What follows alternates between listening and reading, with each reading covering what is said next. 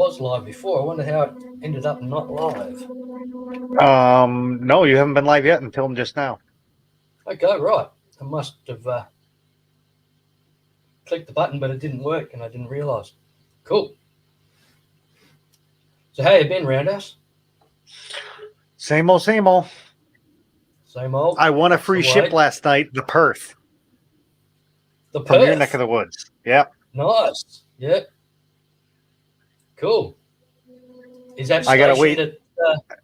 I gotta wait like 10 days to get it though. Is that 'Cause the guy's stationed at doing- Garden Island or? Oh no, it's just a ship for the worship game. Yeah. Do you get like do you drive from where it's actually located or anything? Not really. Is that It's just you go into it. You get like random maps that you go into battle with.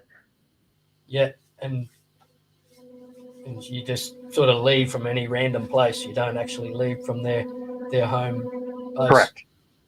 Okay, yeah. Mm. Cool game though. It's amazing the technology by the sound of it. Oh, they just didn't upgrade it. Man, you can go underwater now, and the underwater is all done now. The data that must be required to do all that. Oh yeah. All that detail of all the ships, just incredible. And I'm only going on what you've been saying, but they just implemented. There's now volcanoes. You be going through a battle, and there's a big boom, and you start looking around with your camera, and oh, there's a volcano blowing up. Yeah, right. Yeah, that's pretty topical down this way. Tonga getting hammered by the volcano recently. Oh yeah, that was down in your neck of the woods. Did you hear it? Didn't hear anything. No, it's a fair way away from me. Because they said they heard it from like Hawaii and stuff, I guess. Like, okay. Yeah, right. Unreal. Yeah, it was pretty large apparently. So I think lots of Pacific nations and that felt it and heard it and stuff. But yeah, I'm in the southern Indian Ocean. I think it was the first volcano that they actually captured from space. Okay, right. Because it just so happened ISS was going over when it blew up, and they were actually taking pictures. Got some good footage, that's for sure. Yeah. Like satellite imagery and that, you see it, it's just incredible.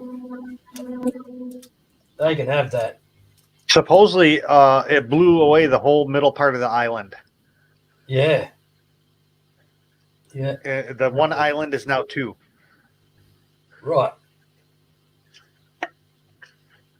Yeah. BJ asking, are you getting any ash? Not here. Not at all that I've noticed at all. I haven't. Yeah, I think because I think you're in the wrong direction. I think most of the dust went like northeast. I'm sorry, northwest. Southwest from where they're located, like way southwest, like all the way from like Hawaii to New York City would be about as far as I'd be away from Tonga, I'd imagine. Oh wow! I thought you were closer than that. No, I'm miles away. So all the way across the country and plus some. Oh, that's right. You're on the west side. Yeah. I'm on the west thinking side. I was for some reason I had in my brain that you were on the east side. No. Everyone That's else. That's why I asked if you heard it. Everyone's on the east, and yeah, and up North Australia, I think there was reports of people hearing it and stuff like that. But I don't know how true it all was. But yeah, nasty piece of work. They reckon there's going to be quite a number of substantial ones now, so it could be interesting times.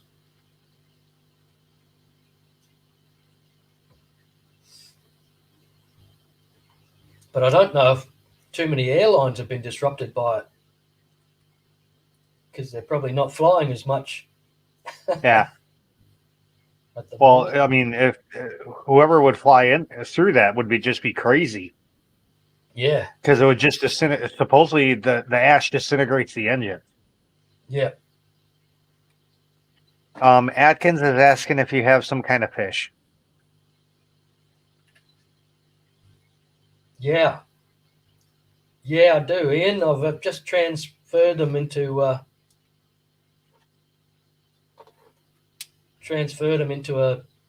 slightly larger tank.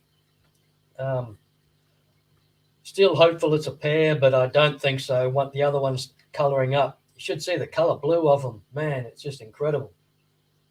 Just the blue on the sides is just incredible. They're top quality fish, these ones. It's a shame I haven't got a pair. Ha ha ha. But yeah, they're very cool fish. They're doing well. Although since I've changed them to the new tank, I haven't seen them since. They're hiding in the plants and rocks and logs and everything. So I have not seen them for a few days. 2 days since I put them in there. So hope it's all right. Oh crap! It's even cold. It's going to be even colder Chewy. tonight. We're now they just upgraded the advisory from 20 to 25 below to 20 to 25 to 30 below. Well, hello, GRB. Is 32 below freezing? Is that zero? No, it's below zero. 32 below zero. So below zero. Yeah, when you say minus, it's below zero. Below zero, but when they say what's the other one they say? Below freezing. And that's below freezing is anything below 32 degrees Fahrenheit. Below 32, yeah, that's it. Which is above zero. Yeah. GRB. So it's like I'm guessing it's like minus 56 for you. That's crazy cold. Sorry, Chewy. Yeah, mate, what was that? I have something to announce. Remember when we had Dr. Paul Loisel, the Zoom meeting for Dr. Paul Loisel that I invited people to? Yes. Yep. Do you remember that? Yes. Hello? Hello. He's saying yes. Project Piaba is going to be coming up on the Italian Cichlid Association, as well as, I don't know if you know of Les Kaufman. He's like the head biologist in Massachusetts. Your internet's also, on the fritz, Chewy. Russ McAndrews, who did all the paperwork. My internet? Yeah, you keep breaking. You keep cutting out. Hello? Hello, yeah. You keep cutting out. You're doing okay, I think, but I think it's GRB's. Huh? No, because I can hear him. You're cutting out for me.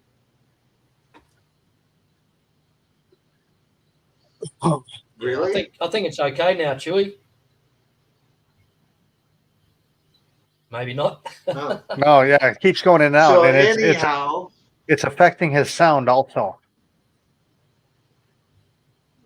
Well, yours does the same thing. Yeah, that would be on your side. Yeah, I'm not sure. Well, I could try to reboot, but I'm like wired in. I'm not on. Carry on, Chewy. Carry on, mate. I think it's all okay. I think it's all okay now. Anyhow, Dr. Les Kaufman's giving the talk. We're arranging that, as well as Russ McAndrews, who did all of the paperwork in getting Victorian cichlids into the hobby. He is one of the IUCN people as well. And he is the head of the Northeast. So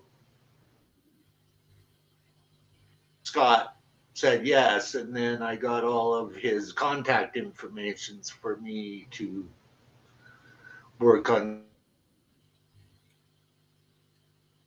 the lineup.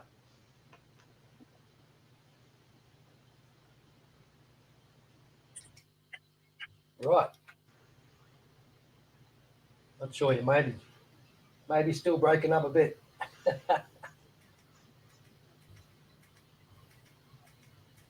It's that damn Canadian internet. No, it's not the Canadian side. I notice it on the Australian side whenever I come to it. It's something to do with their Wi-Fi. Oh, it's not the Wi-Fi. If anything, it would be StreamYard, between you and StreamYard. Because you're breaking up for both of us. Yeah, it's Wi-Fi reacting with StreamYard, all that sort of thing. Yeah. So yes, Dr. Scott Dowd is basically confirmed. I'm just waiting for the date. So Right. So Awesome. it's a lineup of like about 4 people.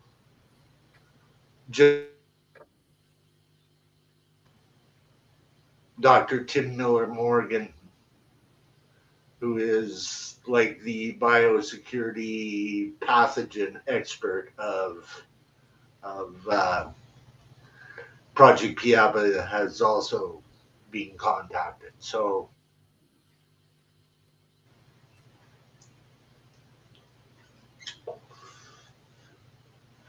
Very cool. No, am I still breaking up? Not for the last. And for those that missed the Zoom meetings, they will be probably available on Marco's Isidori's channel after it's been recorded. But the advantage of being at the Zoom meetings is that you can ask questions after the talk is done. Yeah. Where you can't do that on YouTube.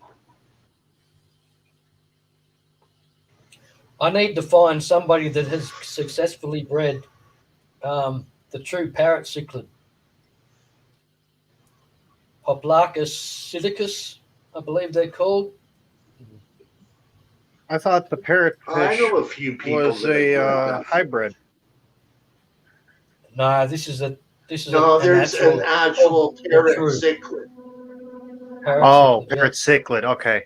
True parrot. There is a true parrot cichlid. They just somebody came up with this parrot hybrid and took over the name of the common name.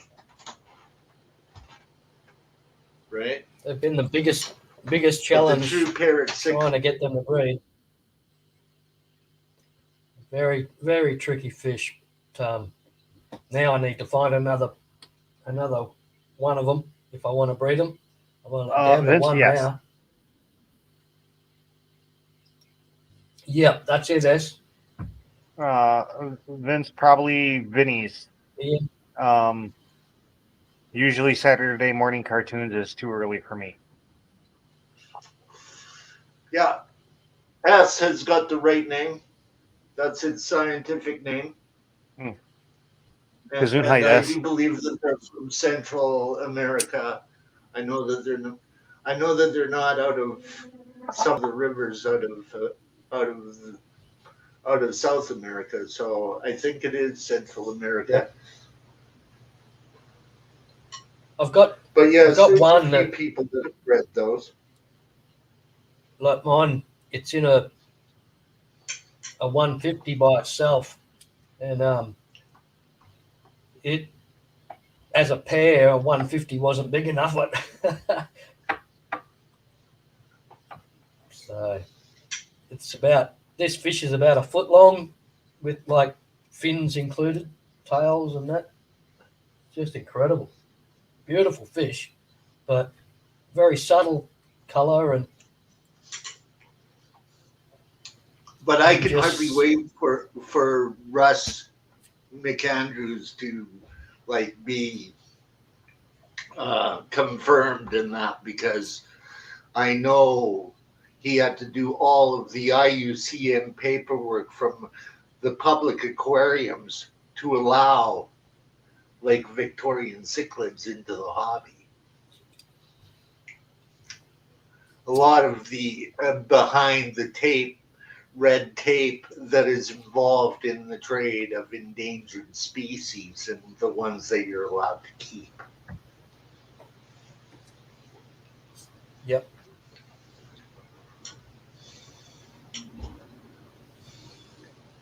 I haven't heard recently, but how's Lake Victoria going with Nile perch? That lake is always going to have problems. It has adapted, as the Nile perch has basically wiped out the stock of the African cichlids that it could get easily, right? Yeah. The lake got affected. Other predatory. Really badly. Other predatory cichlids have gone. What they call Victorian cichlids are not actually from that lake. They're from lakes around it and riverways around it. Yeah. And in wet seasons, it all becomes one, basically, doesn't it? Well, not exactly true. It's basically little tributaries. It's basically how the hobby is. There's other lakes like Lake Albert and all of that. They usually get grouped into the Lake Victoria group too. But the Nile perch was never in Lake Albert. Yeah, right. But in the wet season, rivers that are intermittent water holes, and then become a full-on flowing creek river system in the wet season, and then again in the dry season dry out again to only leave certain pools, and then the flooding. GRB, that part of Africa is not like the rain pillage of a rainforest. Victoria has got very, very little rainforest. Okay? It doesn't get the torrential downpour of, let's say, the Congo or the other areas where there is tropical rainforest. More tropical storms. An arid mountainous area of Africa when you're talking about the Rift Valley.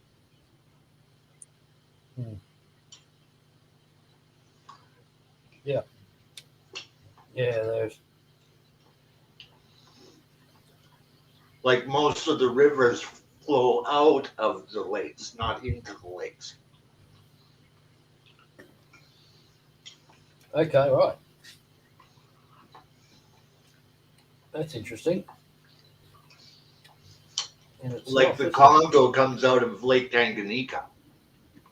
And that's how come the Congo has got more or less the lamprologging genus more so than the Haplochromis genus that you would find in Malawi and Victoria. They've got two totally different ancestors entirely.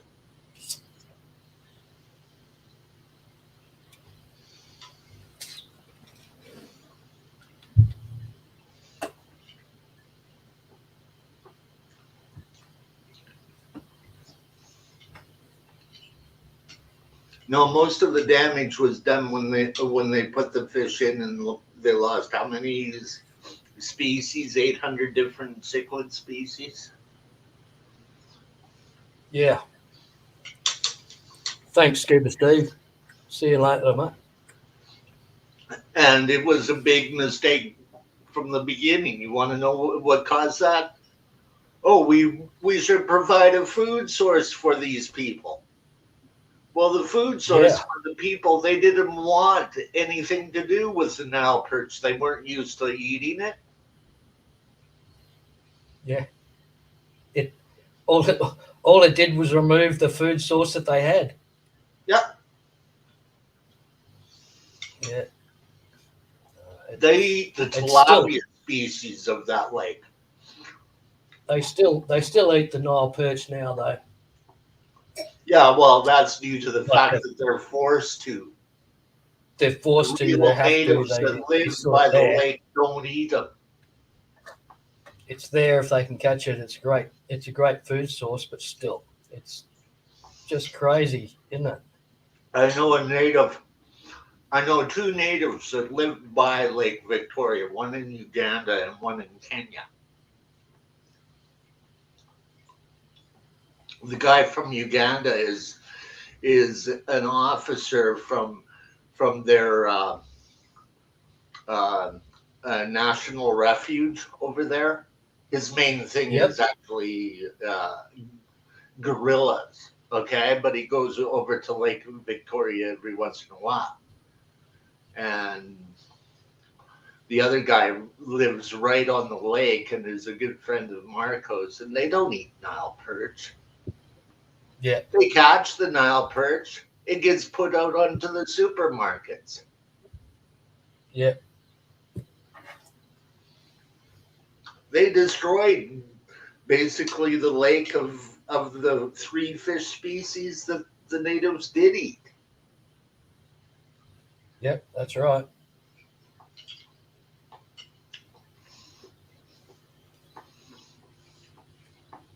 Yeah, very true. I'm sure if they get hungry enough, they'll eat the new fish.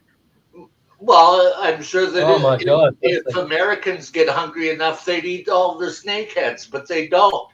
Or they'd eat plecos, but they don't. Well, we haven't really gotten to that point. In I don't think any of those it's a part of the damage that mankind has done. I don't think any of those fish would taste anywhere near as good as Nile perch. Nile perch is a nice tasting fish. It's beautiful, nice, thick, white fillets. Beautiful. Oh, yeah. Beautiful fish to eat. But on the other hand, if you're hungry enough, you eat, like in Russia, they eat the reindeer crab. And that stuff is tough as hell. Yet they still eat it. You have to eat what you have to eat. But the thing is that it's not on their natural diet. Just like snakehead is not on your diet.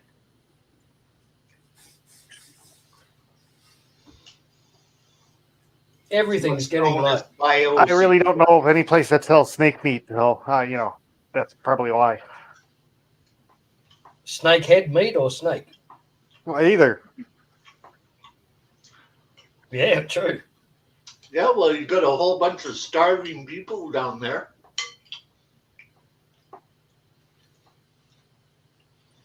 We just need to get people to eat ram's horn. If people could eat ram's horn snails and Java moss, I could feed the world. Yeah. Guppy grass.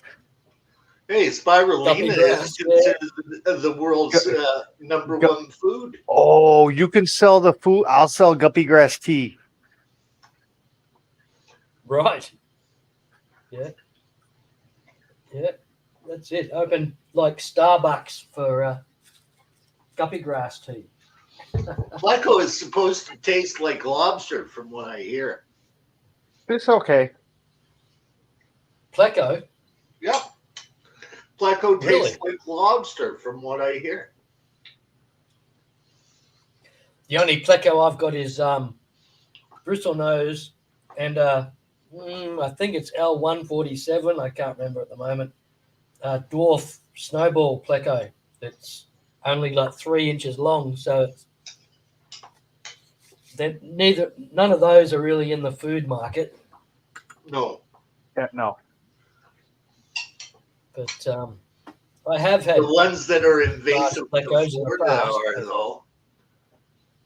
But instead, what do? They keep on getting people to go out and get the eggs so that they can hatch them in a facility in Florida and do the vicious cycle all over again.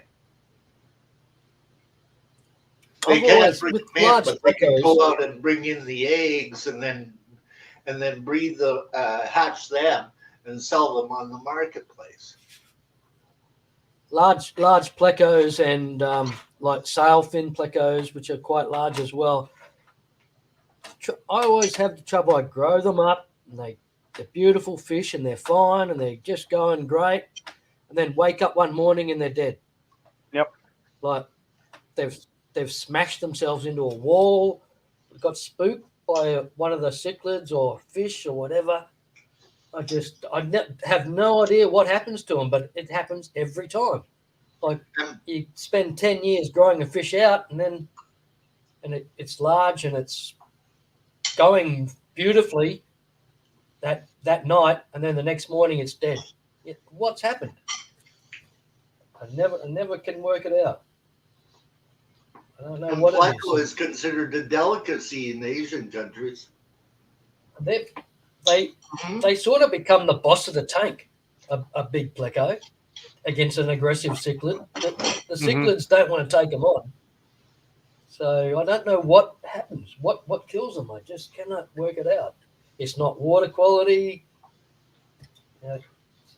There's obviously something, unless it is goldfish just tastes like carp. A lifespan. That's what goldfish tastes like. A goldfish is actually two different species of carp that are a hybrid. That's what a goldfish is. Yeah. Yeah, right.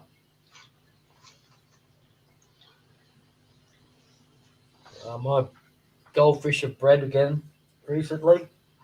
I missed it. Didn't collect the eggs or whatever. So I've seen a couple of fry around, but most of them have been eaten, I think.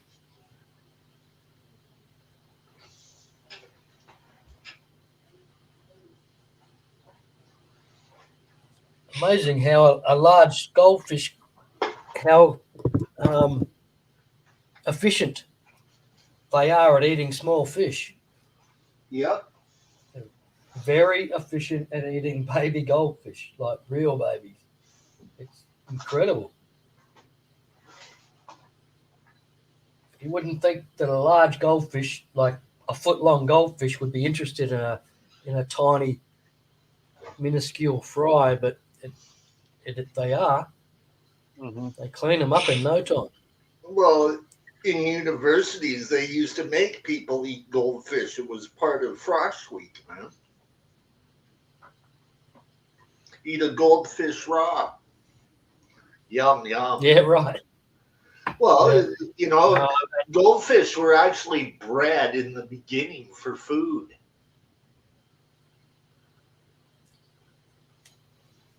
I took a friend home. When you look at a big size comet that's 2 feet long, think of how many meals you can get out of it. About 1.5, maybe. Took a friend around. Yeah, that. Depending on how. Mate. I'll eat. I'll probably eat 2 of them. That's what they were bred for by the Chinese up until I think it's the Qing dynasty or a little bit before that it became more of an ornamental sport. The same thing with koi. Koi used to be true, BJ. Yep. So, okay, where did the fancy goldfish come around then? That happened during the Qing dynasty in China. Because I don't see those going for food. No. Being used for food at least. No, they won't be used for food. That is where the change of ornamental things happened with goldfish. They're now thought more of as a pond fish than food. Same with koi. But the true history of it was for edible reasons.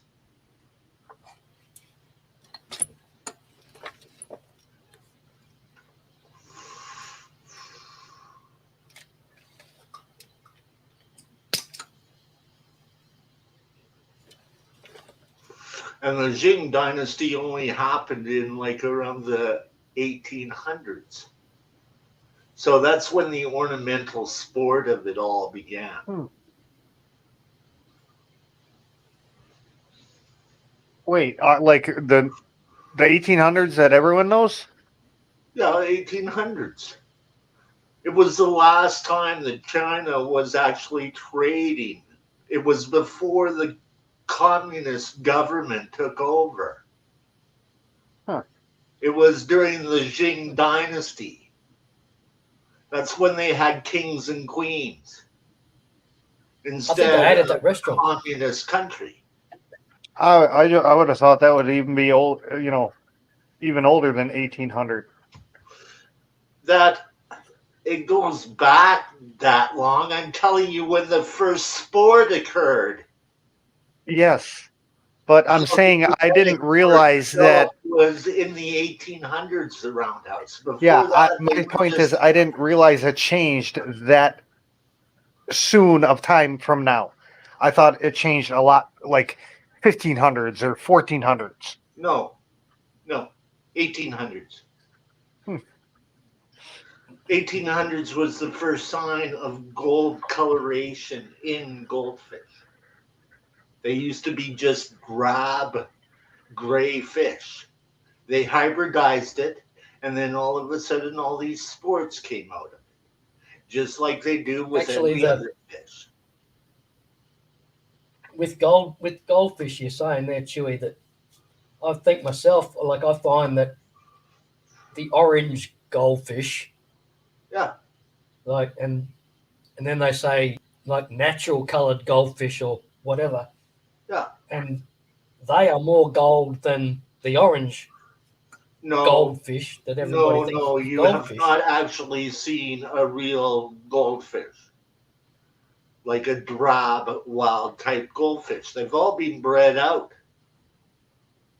The goldfish does but not I'm just saying the ones that in you the do wild. It's a hybrid.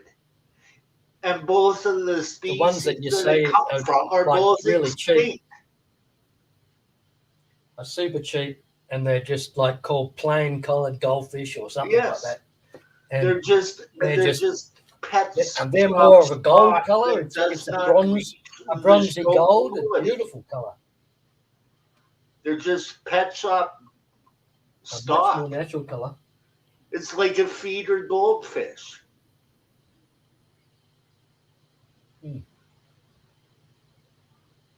Yep. And they're stunning. And like in Australia, in our Murray-Darling river system, that is just infested with goldfish or carp. Well, they are the number two. They'll grow to two feet long probably, and they catch them about 2 foot long, and they are this amazing gold, not orange at all, but gold color. Yeah. They're very attractive looking fish for a large. It's a large fish, 2 foot, to have in a fish tank. But man, they'd be. But it's not their true color. It's not the true color of the species of the wild. It's been ornamentally put in since the 1800s. Just saying that they're a very attractive fish, and that's what this every one of these fish are this color. They're never orange. That's just the way that they've evolved over time and become a natural part of the ecosystem in that area. They adapt beautiful gold in the river system that they're in. It's sort of like the jewels that are in Florida that have gone duller in color because they don't want to be fished out by all of the bird species. If they were that bright red color, they'd be automatic prey like they would. Like in the Congo, they can hide because of the foliage that is over the Congo River.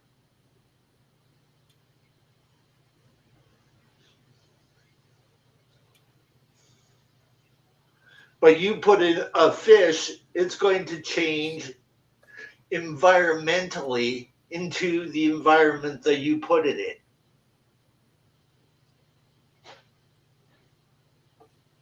G'day, T-Bone. Yeah, I can see that.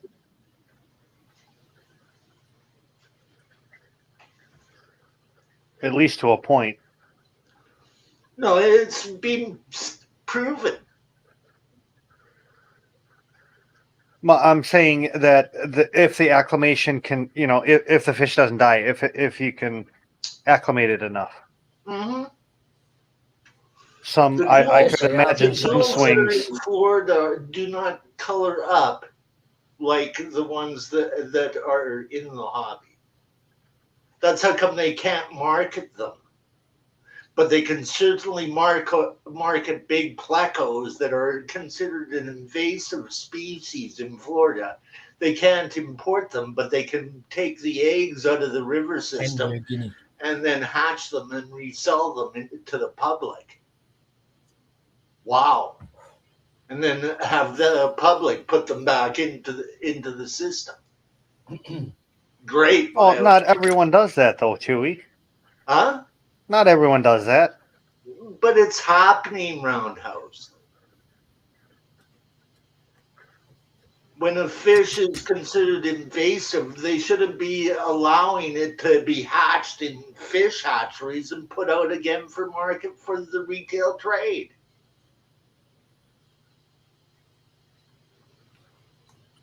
Yeah. We've got a thing with, as I was talking about, the Murray-Darling system, river system that's infested with carp.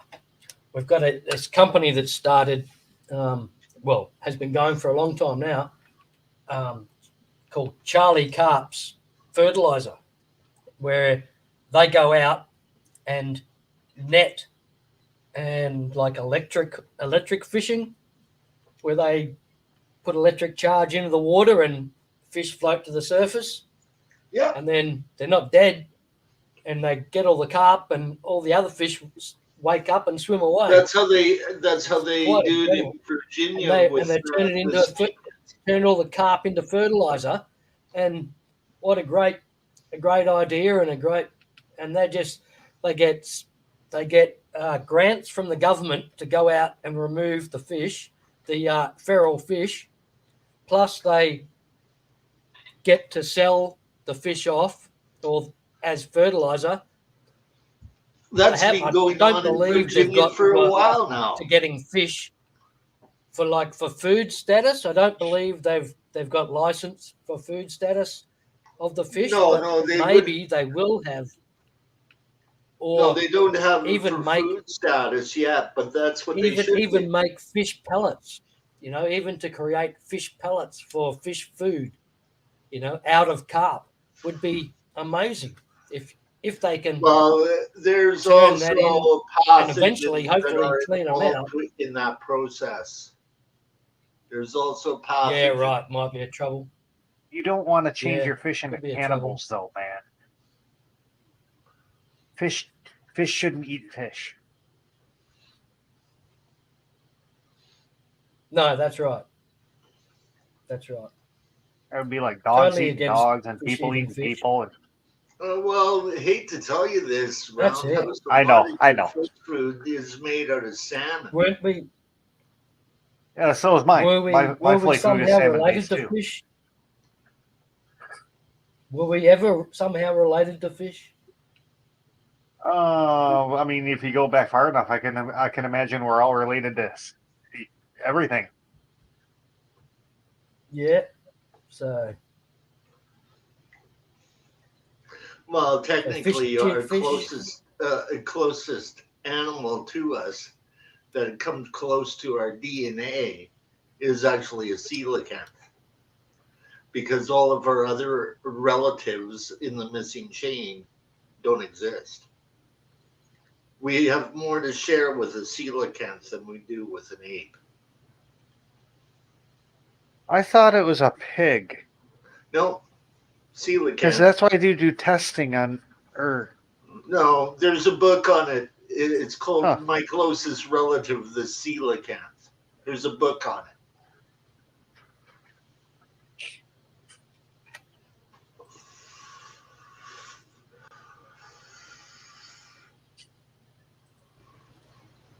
Interesting.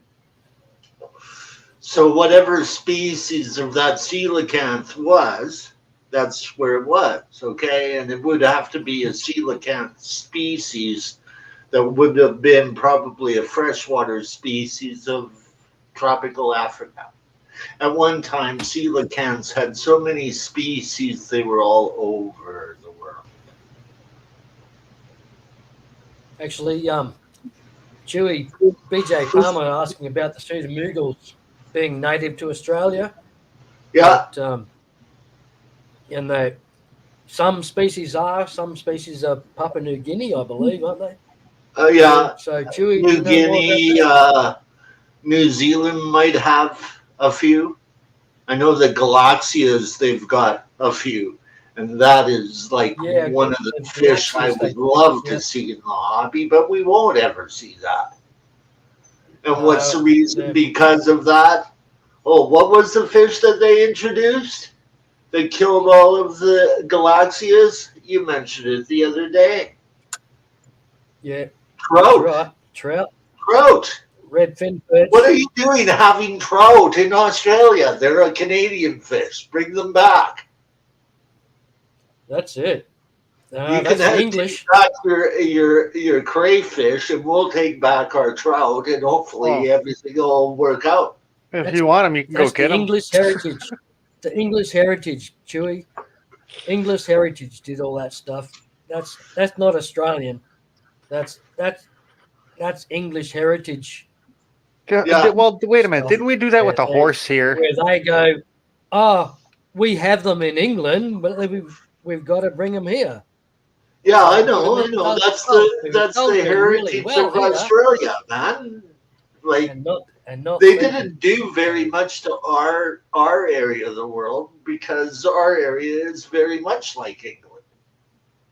So we didn't get bombarded by invasives from that area. We get your shrimp and your crawdaddies all over the place because they come up from the States. I'm not really sure. I believe it's Atlantic salmon. Like Tasmania in Australia has one of the most successful and the best fishing for Atlantic salmon industries and production of Atlantic salmon species for food. They're one of the most successful in the world. I know. That's because of introduction of a fish species. Yeah. And it's incredible, isn't it? When you think of that. But what has that introduction caused? I don't really know, but I don't think there's any native fish in Tasmania anymore. Yeah. No, I don't know that at all. I really don't. But I think we should take a bullfrog to Madagascar Island next. Oh, that would be horrible. Quickly tell a quick. Oh yeah, wouldn't it? A quick story. Oh fuck yeah! Oops, sorry. A quick story about Tasmania. I just got Chewy to say fuck. You did, dude. Write that shit down. Holy cow! That's right. I blew Chewy's mind so much he swore. Yeah. Well, you're impressive. Get the timestamp, Roundhouse. Get the timestamp. Yeah. You keep me on my toes. That's for sure. The only island, honestly, I think they should destroy is that Snake Island place.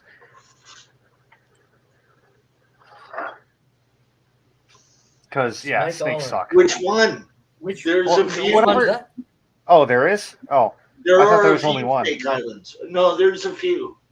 There's the Snake Island in Okanagan Lake, and that's where the Ogopogo live. No, this is an actual island in the ocean somewhere. Oh, okay. Well, this one's in the lake. Roundhouse. The only thing on this is a snake. Really? No. Yeah, that's off the coast. I don't know it, but there's one off the coast of Western Australia, off Perth. which you just got you your can ship keep it from, over there. and it's an island, and you pull up with your boat, and all you can see on the at the right time of day and all that is snakes Is all the along the snakes. beach. Maybe that's the one I'm thinking of because Tiger snakes, I believe. I believe they're tiger snakes, and which this was all different one of the most colors of deadliest snakes. in the world. But yeah, they pulled up to the place in a boat, and you saw them just all slither around. No, I'm like, nope, burn the whole place. So I believe there'll be many others around the world, I'm sure, but that's just here. We've pulled up to this island. We're going to land on it. We're pulling up and going, oh, out, man. There's like 400 snakes along the little tiny beach that we're trying to. No, we're not. We're not going there. Yeah, they somehow got there, and they thrive on bird prey because birds nest on there, so they eat the eggs, and it's frightening. Thinking about it, when we came over from the UK, didn't we bring horses to America? No, horses were here. Horses were here. We brought something over here when we came over. Horses were in North America. Oh my God, COVID. Uh-oh. You got the cooties? I must have COVID. I sneezed twice.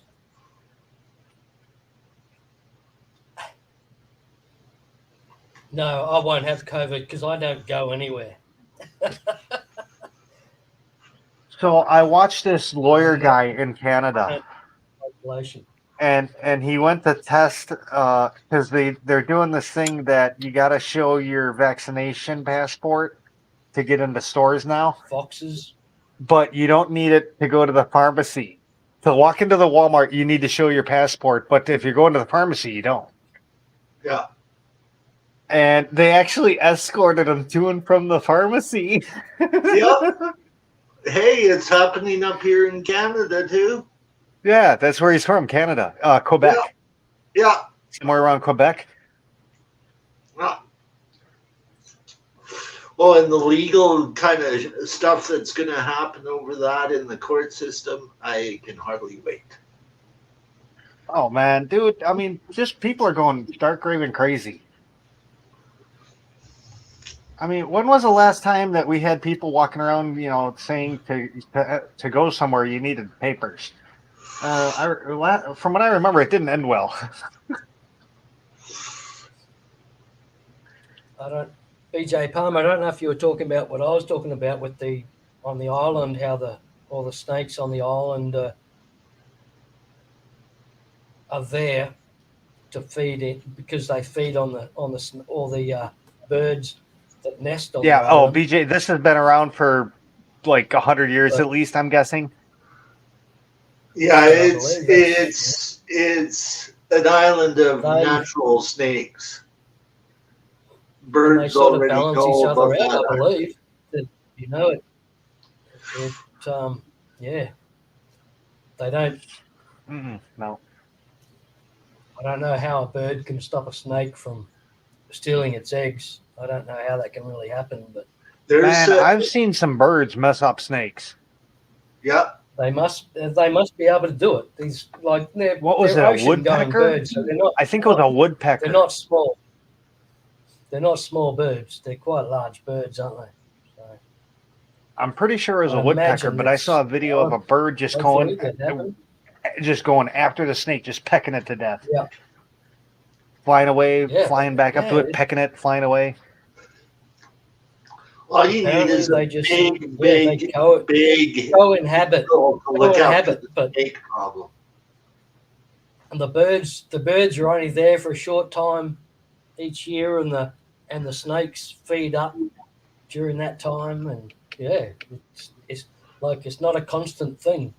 What's the animal that goes after the snake? Was that a mongoose? There, really?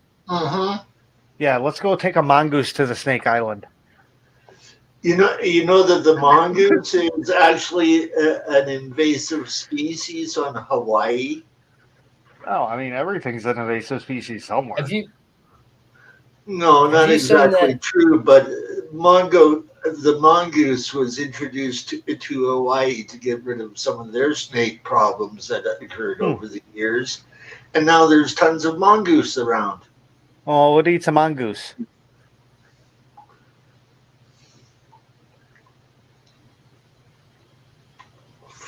Wolves? Coyotes? Yeah, wolves. Wolves would eat them. Let's unleash some wolves, man. Some big Russians. cats would do it. We'll eventually get it right. If at first you don't succeed, try again. Yeah.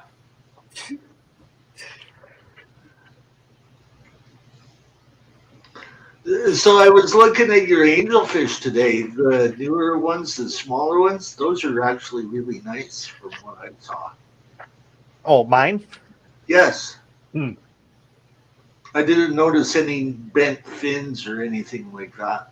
Yeah, no. This isn't. The only thing I don't like is the one black is a blushing, Yeah, I noticed that. and I'm pissed about that. But it is, at least it's a nice angelfish.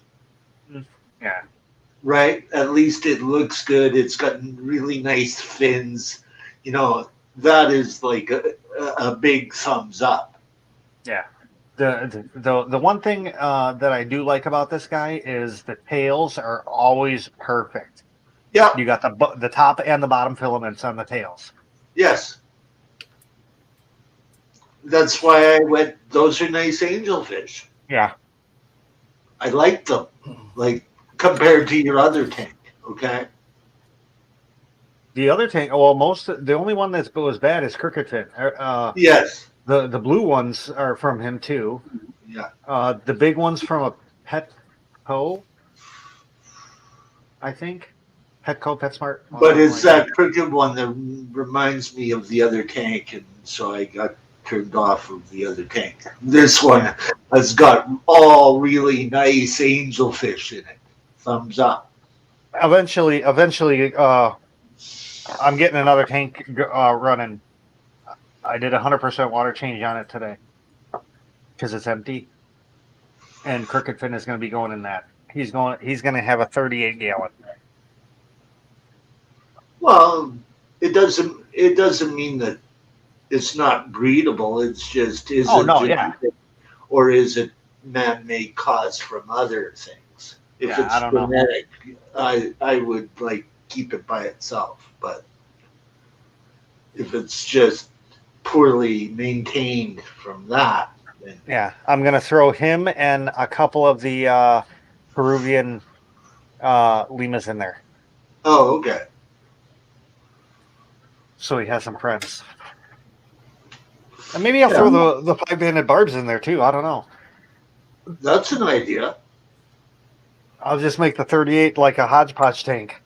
Yeah. Or get some weird sort of tetra.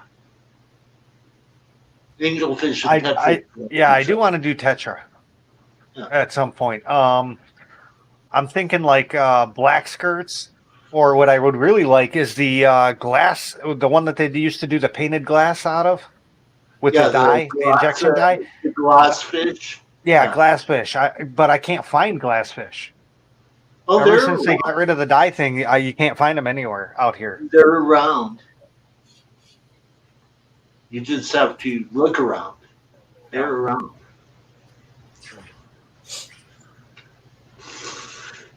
It's not a common fish for your area, though. But it used to be. That's the thing. I know. But it's not a common fish for the Chicago area. Chicago is live bearers and cichlids. We got a lot of grummy people out here. Yeah, but not tetra. No. Most of you tetra keepers are from New Jersey and Philadelphia. Yeah, tetra. The two fish that I noticed were missing in this area are tetra and a good selection of barb. We have barbs, but not a wide selection. No, it's always the same like 5 barbs. The latest African cichlid in Chicago. Oh, screw African cichlid. Well, it's due to all that hard water in Chicago. Yeah. That definitely is. It's part of the having success with fish, and then it all goes through a cycle. Like, you know what I'm saying? Like, one becomes the next hottest African, and then Yeah. Some just fall off the map, like the Melanochromis auratus that is in every assorted African tank. That tells you how bad. See, the problem I'm having is there's very, very few African cichlids that I actually dig. I got the daffodils, the manganos I bought just to help Dan out. What about Julie's? I had Jules, and man. No, I'm talking about Julidochromis, not Julie. Oh, Julie's. Julie's. Yeah. Never been a fan of those. I do want to do electric labs soon. Julie transcriptus are my favorite fish. I want to get rid of like half of the manganos, and then add electric yellows to that tank. Well, I did a video on Julidochromis yesterday for the Italian Cichlid Club. It's what cichlid next will I pick?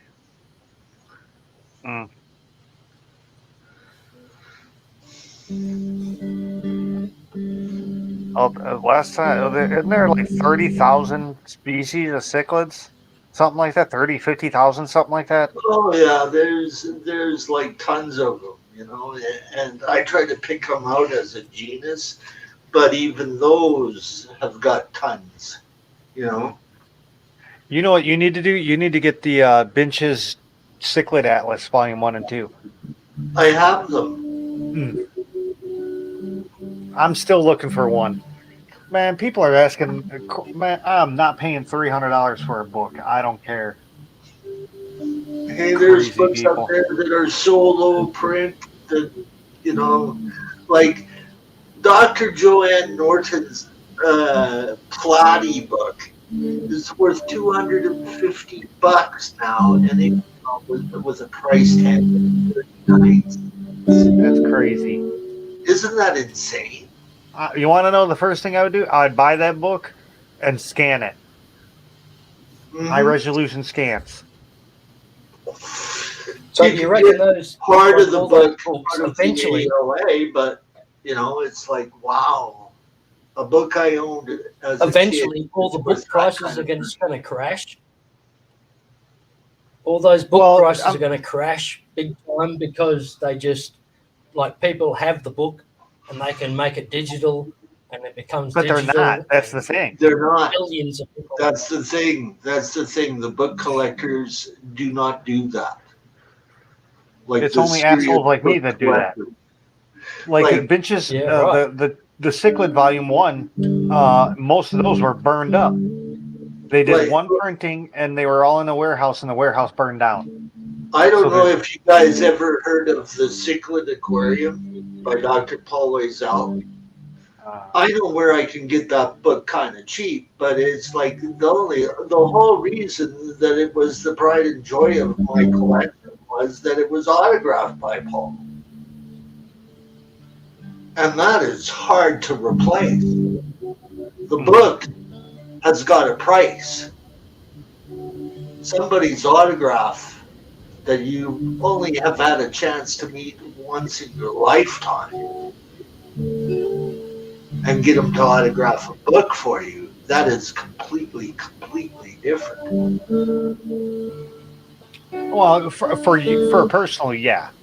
Yeah.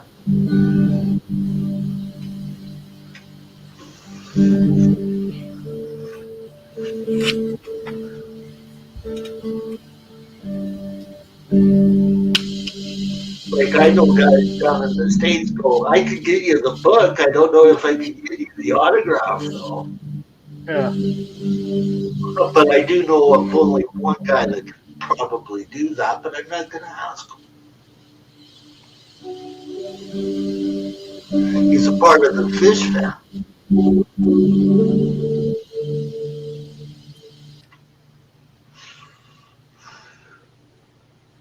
See, I'm wondering if I did do that, if I did get the Cichlid Volume 1 and scanned it, if they would actually bitch about it. Because they don't make any money on them. Exactly. Because the book's And gone. that They've only publisher done. is still around. Well, yeah, but they haven't republished the book. The publisher is still around as a book. And TFH is still around, and so is Banch. So I wouldn't want to take that one. I mean, I'd be like, fine, print the damn book again. You print the book again, this wouldn't be happening. I think what they should do is release them on PDFs. You buy the book as a PDF, you print it yourself. Yeah, I don't know about that. I wouldn't. And it would cut down the cost of books in an amazing way, though. Yeah, I mean, I'm willing to pay the $100 for the hardcover book. Okay. I'm pissed that the new one, the new Volume 1, doesn't come with it's only softcover. Yeah. That's what they're doing to save money. Oh, screw save money. I'll spend the money. I want to, if I'm going to get a good book, I want it to last forever. Yeah, I know. Like a hardcover would. I understand what you're saying. Paperbacks are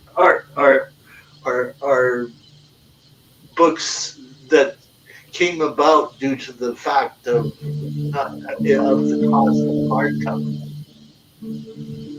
You can blame Star Wars for that one. Well, this is the first edition.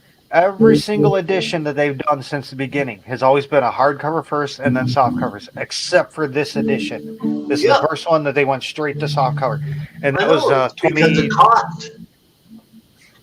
But the thing that is the ones that they came out afterwards, they still did a hardcover. They have done what is it? Volume 6? They've done after the newest Volume 1. Yeah, I know the reason why you're getting them. It's sort of like it covers for the other Aqualog books that they put out with, like the Pleco book and the Cichlid book that they did and all of that. Like those were ultimately expensive, but ultimately good. Yeah, well, I mean, you should see their pricing now. Good God. Yeah, I believe it.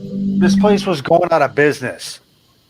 And he still wanted $125 for the Pleco book. And I'm like, dude, you're crazy. If it's, when you're closed up, if you still have it, here's my number. Who are you dealing with? The owner of the pet shop that was closing. Oh, well, I know where you can get some of the books online. Oh, yeah, so can I. But it just so happens I walked into this place and, they were going out of business and I started looking around. Yeah. Yeah. I was actually trying to buy all their tanks at that point. It's like, no, I'm not selling the tanks to you. Yeah. It's like, I'm selling them with the building.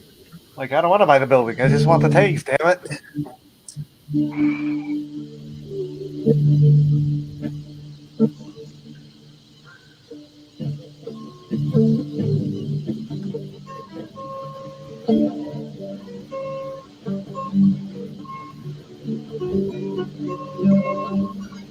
So, Chewy, did you hear about the hospital workers that wanted it was like a whole department that wanted to quit one hospital and go to a different one? And the first hospital ended up suing them. I've heard a lot of various different things. And, it's scary now. The hospital tried to sue to let them not be able to quit. Yeah. I know. The judge granted the TRO on Friday, and they said they would hear it on Monday. And by the time it came around on Monday, the judge is like, "Yeah, I'm canceling the TRO." Did you hear about the other side of the story? Have you heard about the Neil Young versus Joe Rogan Spotify thing? Because Joe Rogan has been putting out crap on his Spotify dealing with the virus, that Neil has had enough and said, I'm pulling my music from Spotify. It's either Joe Rogan or me. Oh, fine. Get the fuck out. Don't let the door hit you in your ass, Yeah, little well, baby. no, it's a political statement. He's allowed to have his political statement.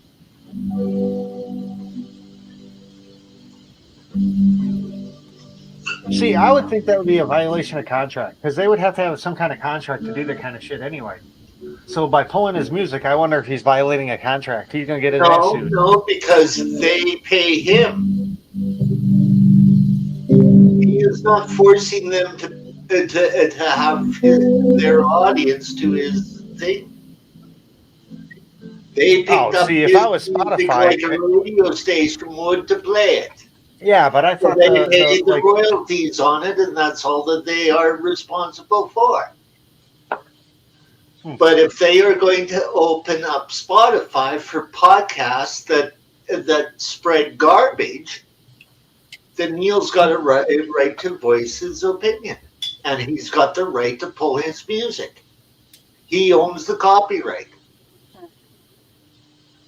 whose song is The this? license of the use of that music on your website. See, I'm just thinking if I had if I was like Pandora, I'd be like, yep, I get your music for this amount a year, and this is how much I pay. I would, so every couple of years you'd have to like renegotiate the contract, but you're guaranteed to have, that's how I would do it. Well, that's not how the people that represent the royalty collectors work. And those are big companies that are set up by governments to protect the musicians' rights. The states have got 3 of them: ASCAP, BMI, and the other one. Up here in Canada, we have 1, and they all work together. And Neil is more of an American artist because he lives down in Los Angeles nowadays, but he was a Canadian. Oh, that's why he's on. That's why he's an idiot. He lives in Canada. No, he's from Canada, but no, he lives in California. A long time. Dude, California. There's something wrong with people in California. They're like they like walk into the state and they get brainwashed or something. Because some of the stuff I hear from some of the shit that I hear from that state is just the laws.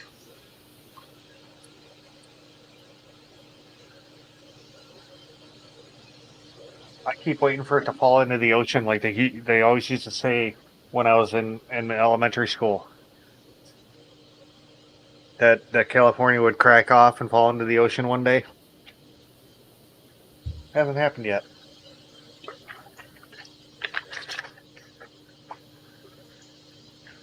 Just think another one of those robots coming in, Oh yeah. Don't you just laugh at them, Roundhouse? It's like, all it is a robot that's trying to lay down a link and it doesn't even show. Well, no, that's how they get past the being able to not put a link. Yeah. We used to do that all the time. As long as you don't go to the channel, you're fine. Yep. It's just a porn site. Yeah. It's hilarious, People make a big deal about them and think that they're trolls. Trolls are more fun. They're human, man. Trolls are human. They try to jump up on your stream and pretend they're me. Right, Roundhouse? Yeah.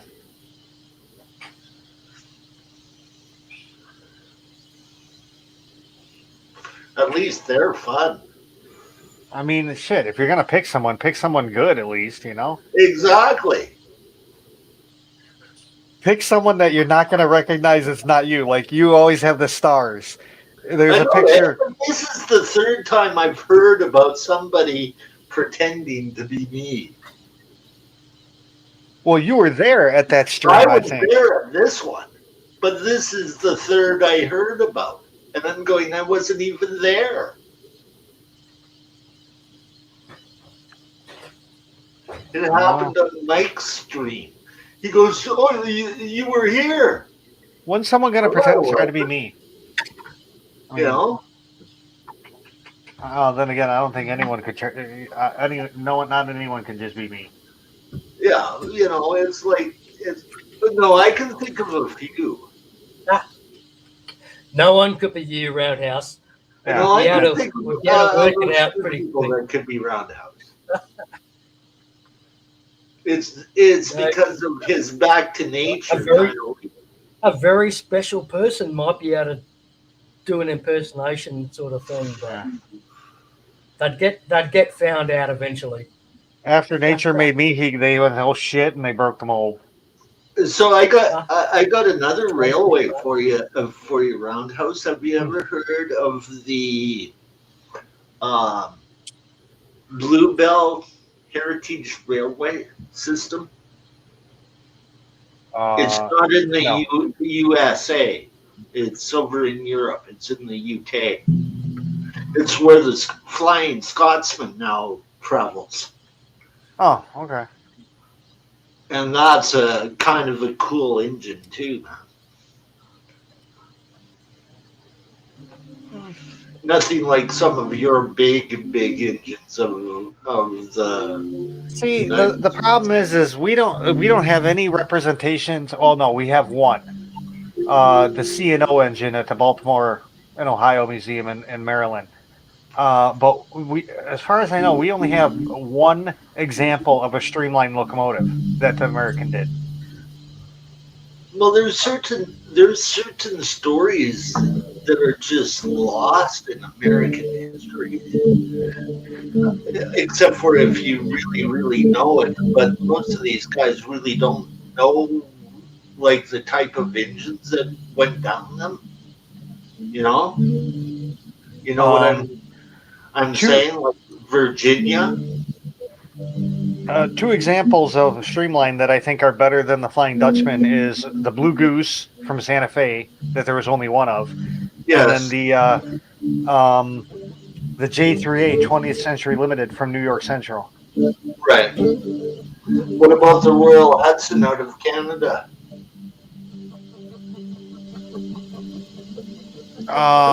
Yeah, that's a different style. Yes, I know. That was more like the Hiawatha. Yes. With a flat nose. Yes. But that was Canada's workhorse, was the Royal Hudsons. For passenger trains, anyhow. I don't know what they used for, like, the freight, but that's what they use for passenger, like fancy passenger trains. My guessing is some kind of Pacific, a 462.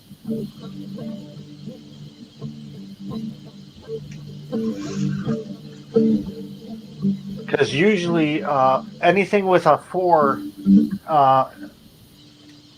well, except for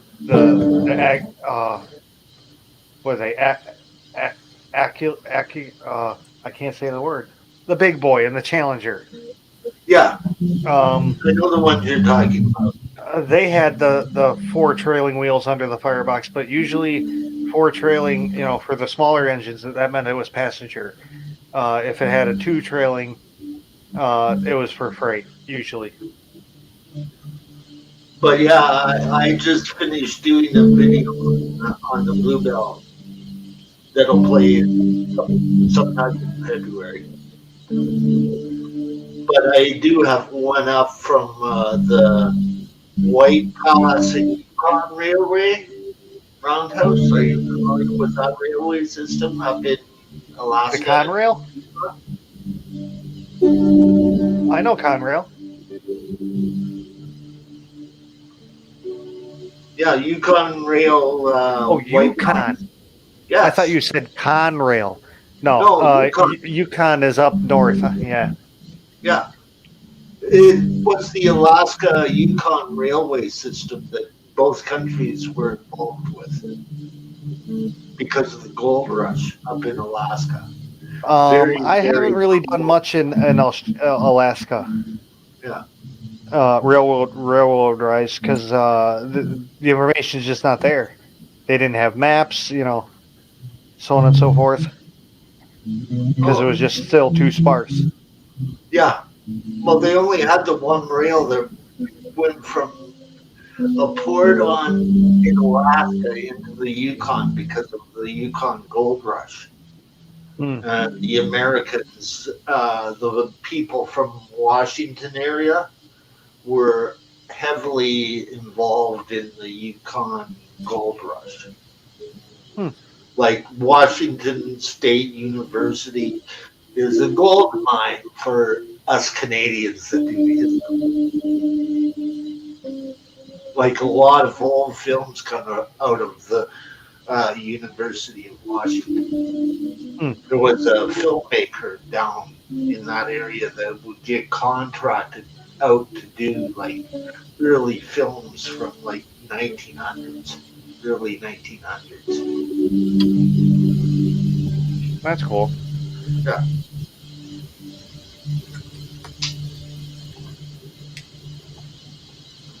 Like Washington and BC are pretty close in personality.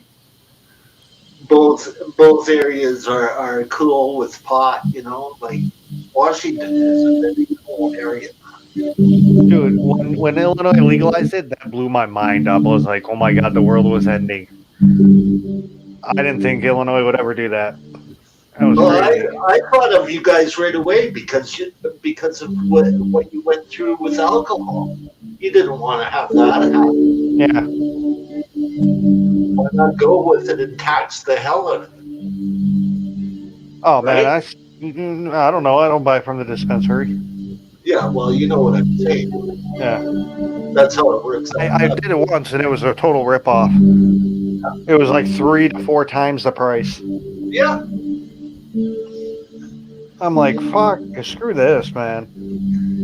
So where do you get yours from? Guy down the street. I have a grower. Well, the grower is down south. It's like the second guy in line. Well, I know the grower. When you're medical, you get to know people very, very well. The nice thing is I've been going for him so long. Doctors say he needs this amount of pot to control his seizures. The nice thing is I've been going so long, I don't even have to leave the house. I just be like, yo, swing by. yeah, very similar. But I just got to walk out to the street. That's it. Yeah. No, I belong to like a conglomerate. Okay, so a friend of mine goes to see the grower and picks it up for a group of us that are all medical. It's part of our medical system here in Canada, right? Like I was medical carded. See, the thing is, in the States, it's still technically illegal. Yeah, I know. Like I can't cross the border even into a state that is legal because of the federal law. Yeah, because it's still considered a Schedule 1. And show my medical card to the person there who makes it legit for me to buy it medically. Mm-hmm. So I can, if a cop really hassled me from the federal side, I go, well, I'm medical and I'm from Canada. And I bought it under this license. Yeah, see, that wouldn't matter, though. Because even for a medical reason, it's still a Schedule 1 drug, which means it's no medical use. I know. I understand. And hell, crack and cocaine and heroin are Schedule II drugs. Yes, I know. I understand that. It's a bunch of morons in Washington, D.C. is what it is. Yeah. Well, I'm not. No comment. I'm Rhino. Okay. Remember, I'm Rhino. I don't Like the care what if sarcastic you're. party out of Canada. I don't care if you're an alligator. It's, I'm not a donkey. I'm not an elephant. I'm a rhino. I'm not. No, I'm not. I'm not. I'm a human. Yeah. Well, you know what I mean by those Yeah. two comments. Like the elephant and the donkey are everywhere. Yep. I guess you would call me a piece of paper then. Yeah.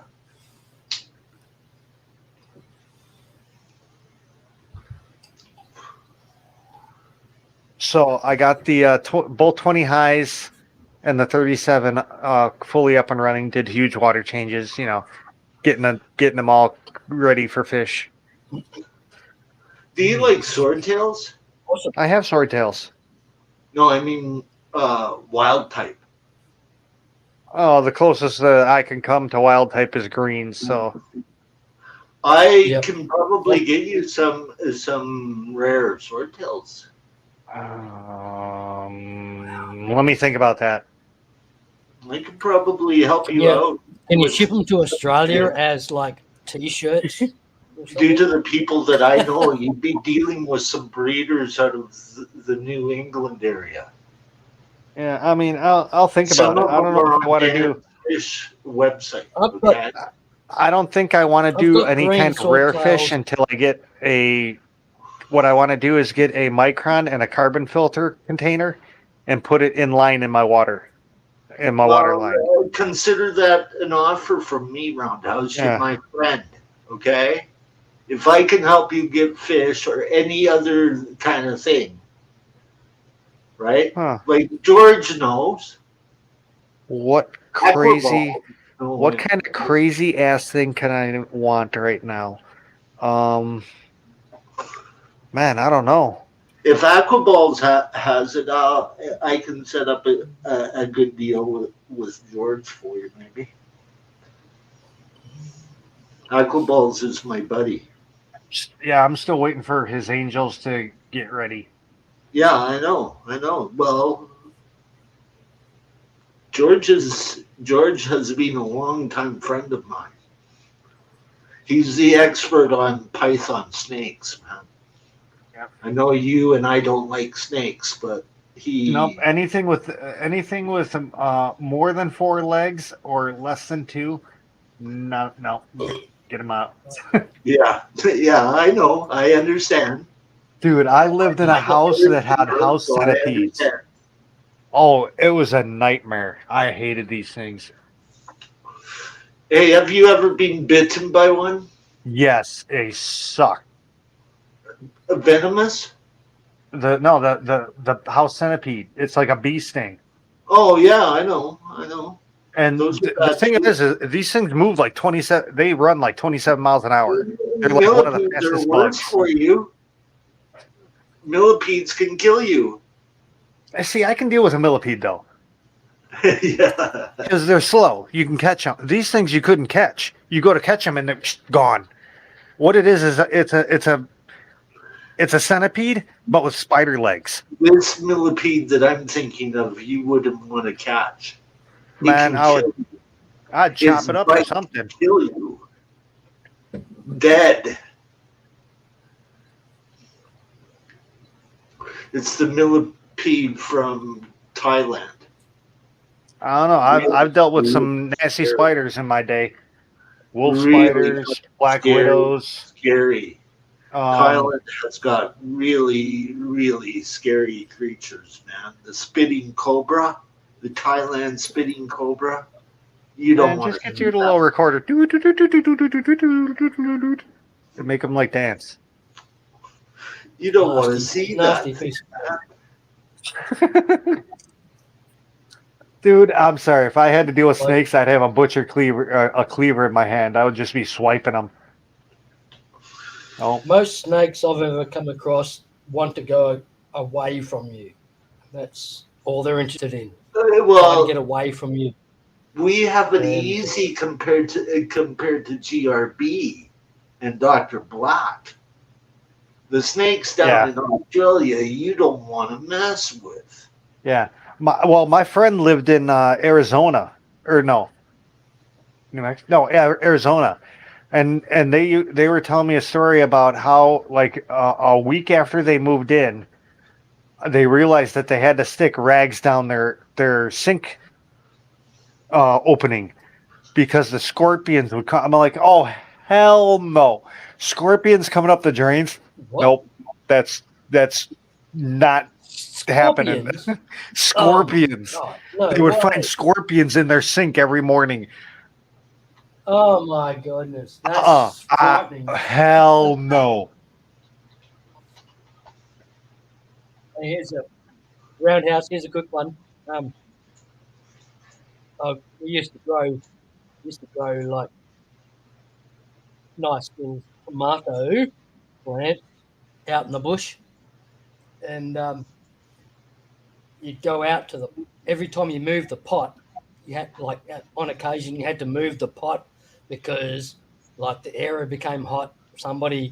There was evidence of somebody else being around the area and that. Yeah. So we'd move them, and you lift the pot, and there's like 20 scorpions living underneath the pot.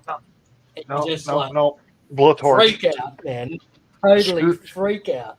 Screw the plants, blow a torch, the whole building. Yeah. Man, it was just frightening. It didn't happen too often. It happened a few times. Yeah. Happened a few times, and it's just like scary as. Roundhouse. Yes. Yo. I put in 2 links into the public chat. Are you familiar with them?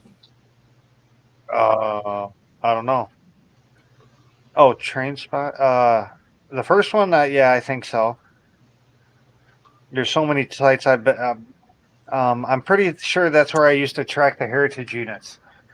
I'll have you to check seen the train spotting? Because that site I use, like it's a Creative Commons site that the license, the guy knows what I'm doing. He goes, God bless you, man. You know, sure, use our videos. You can get into the story and the history of them the way you do, right? Mm-hmm. So if you see anything there that you're interested in, perhaps I could do something with it. Honestly, I'm not really into any of the new stuff. I think diesels look like crap nowadays. I know. So, like the last diesel I liked was from the this is just one of the GP60 that I work with.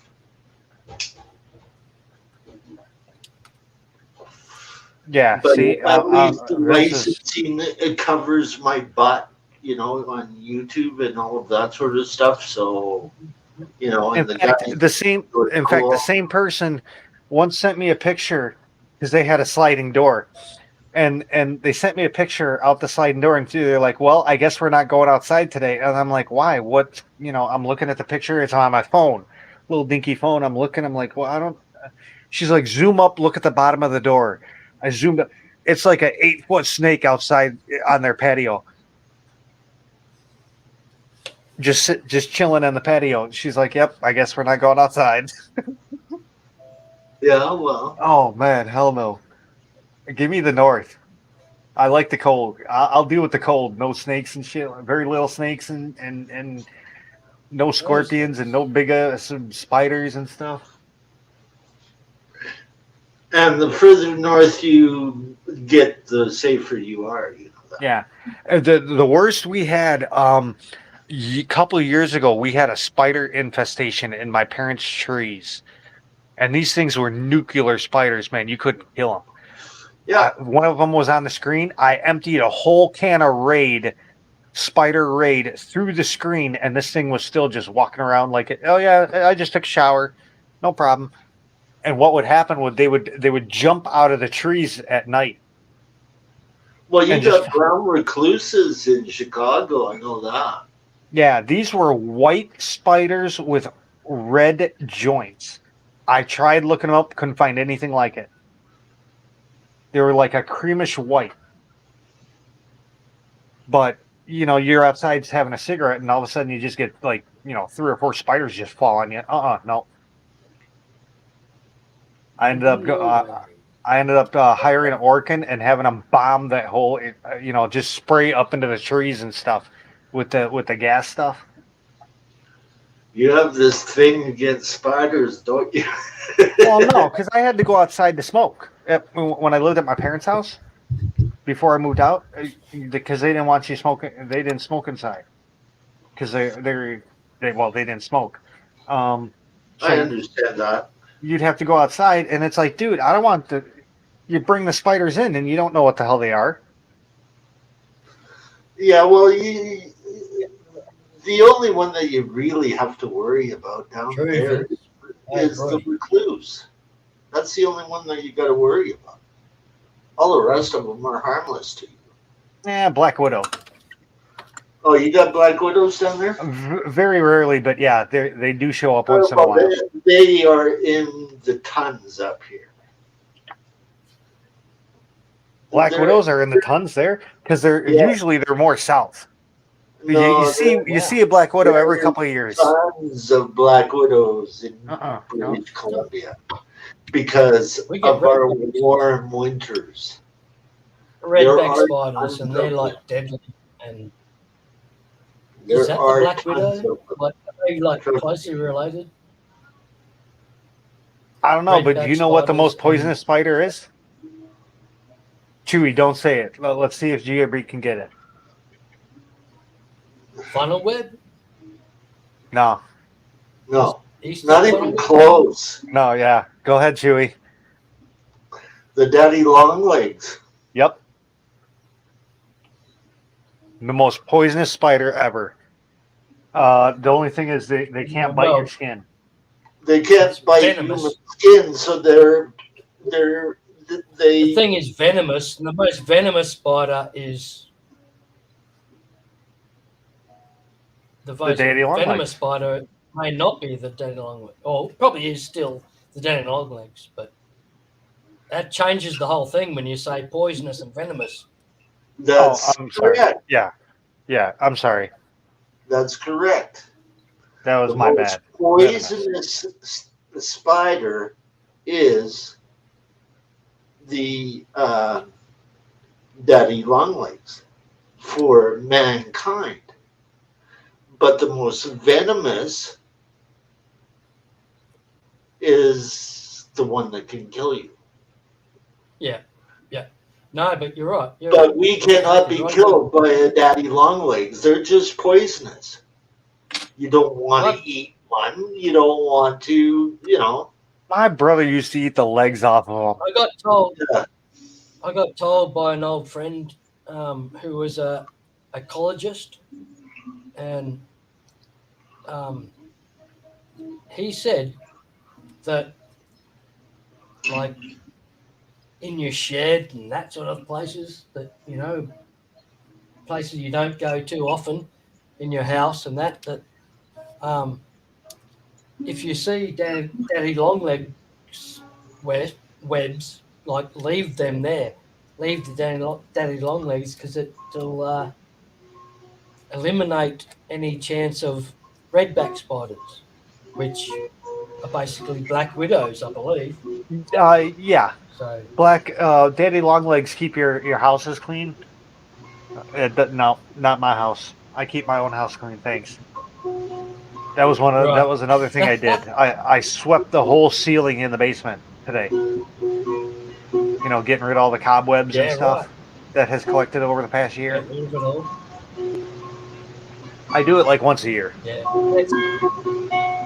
The thing with if you got like too many fish tanks like I do and many of us do, that become just being a random like sprayer isn't an option. You just cannot do it. Yeah.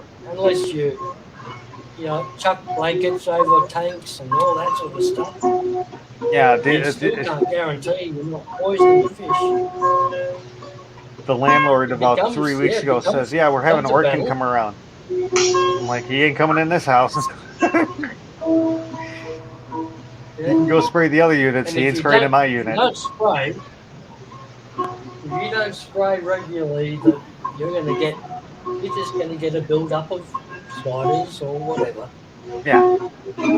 Well, Yeah. I go and spray. I manually spray the outside of the house, like every 6 months.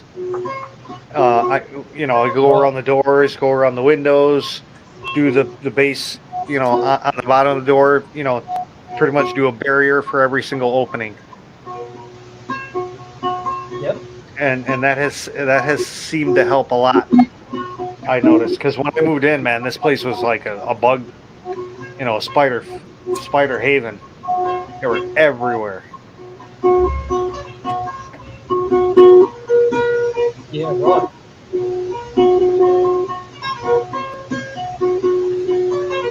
And you do have spiders, but you don't.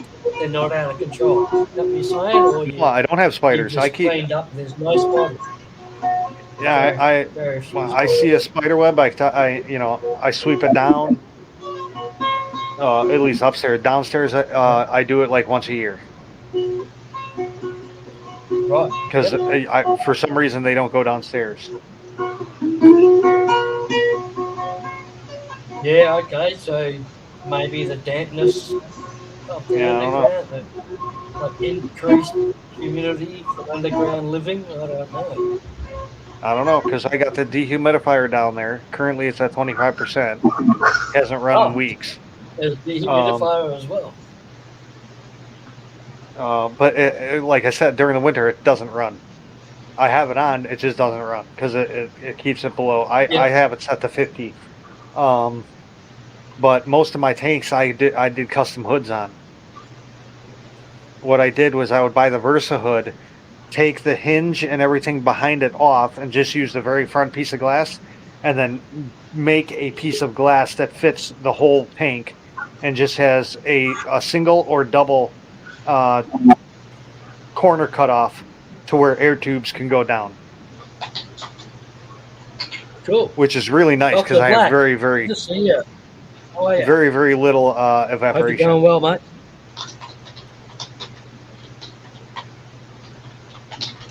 Yeah, right. Yep. Well, that's interesting to know. Yeah. It's I don't know. My place, like I've got a shed out the back, or two sheds out the back, like a tool shed and a work shed and then a fish shed, and yeah, it's pretty chaotic, for wildlife. I'll tell you, because I leave the front door is a complete roller door of the entire width of the shed, so I just leave that open, so anything can get in there. Snakes, lizards, you name it, they can all get in there. Bugs of all types, and yeah, I've got some pretty interesting spiders living in there. Like a really dark black spider, which I'd call a black house spider because they hang around houses and stuff. I don't know if that's what it is. And it's a bit furry, but it's quite it's not big, but probably an inch or so, a bit bigger than an inch. Yeah, that's a pretty trendy spider. It makes really, really, really thick nests if you leave it long enough. That's for sure. And I kept the daddy long legs in there, but they were supposed to keep everything away. I don't see too many redback spiders, but I saw one the other day which just thought, hey, hang on, okay, now I've got to change things up now. I've got to change it and get rid of spiders now because No, yeah, if I'm there's a assuming the redback in there, redback spider would be like your version of the brown recluse for us? Maybe I'm It's thinking like more. I It's a mean, Black Widow. they could bite you and they could I'm screw thinking you more up. the Black Widow. Like, well, That okay. they're closer to the Black Widow, but I'm not sure. Roundhouse, sorry, you may be very true, very Well, the right Black with Widow is the same because the they brown bite you and they'll screw you up.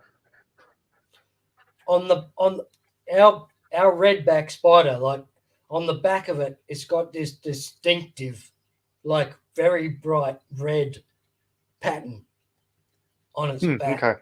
and and But I mean, but then again, what's the danger? Well, that's male female dependent as well on how bright it is. So what happens if it bites yeah. you? Well, yeah, people have been bitten by redbacks for like a redback is living in somebody's bed, Yeah. and the kid was bitten by the redback for like every night Ooh. for numerous nights, and got progressively sicker, and nobody knew what was going on, and oh my god, and eventually went to hospital and found out that it was a redback living Okay. in the bed that would come out and bite, because when you move your leg or Yeah. whatever, and the redback might be there, and it just accidentally 'Cause- bites you. Really, they're not going out hunting you to bite you. Yeah, because just- lunatic, the brown recluse, that's the one that eats your skin away, right? After it bites you. So that maybe like our white-tail spider. I don't know. Well, there's one that It's like got the a Black white- Widow will bite you, and it's like the poison in your vein, or the venom in your vein. I want to say the brown recluse, when it bites you, it's like the venom eats your skin away, and you'll get like a hole, and it'll just keep spreading, type deal. So that's this white-tail spider. Yeah, necrophysiatic, blah blah Yep. blah blah blah, necrophysiatis. It just attacks you like a cancer or whatever you want to think of it as. But yeah, Okay, Black and Widow. just eats away the skin. Nasty. Okay, T-Bones, what do we got? No roundhouse Australian redback Is the same as a Black same Widow. as your Black Widow spider. Okay. Difference is the Black Widow has a red stripe on the belly. Thanks, T-Bones. And in fact, I got bit by I got bit by one of those maybe 2 years ago. The whole side of my head swelled up. Far out. Like I couldn't open my eye or Is anything. that lump on the side of your head? Huh? Ha ha. Oh yeah. Sorry, bad joke. Carry No, on. it was just like half my face. It's just all swelled up. Far out, mate. That's pretty freaky. You got bitten on the face. Yeah. At night. Oh right by my eye. God.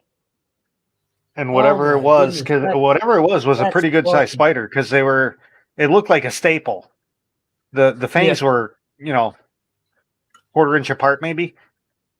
Yep. But yeah, it swelled up my whole face. I look like Quasimodo. I don't know. Like I'm going back, man, 30 years or something as a kid, and playing backyard cricket.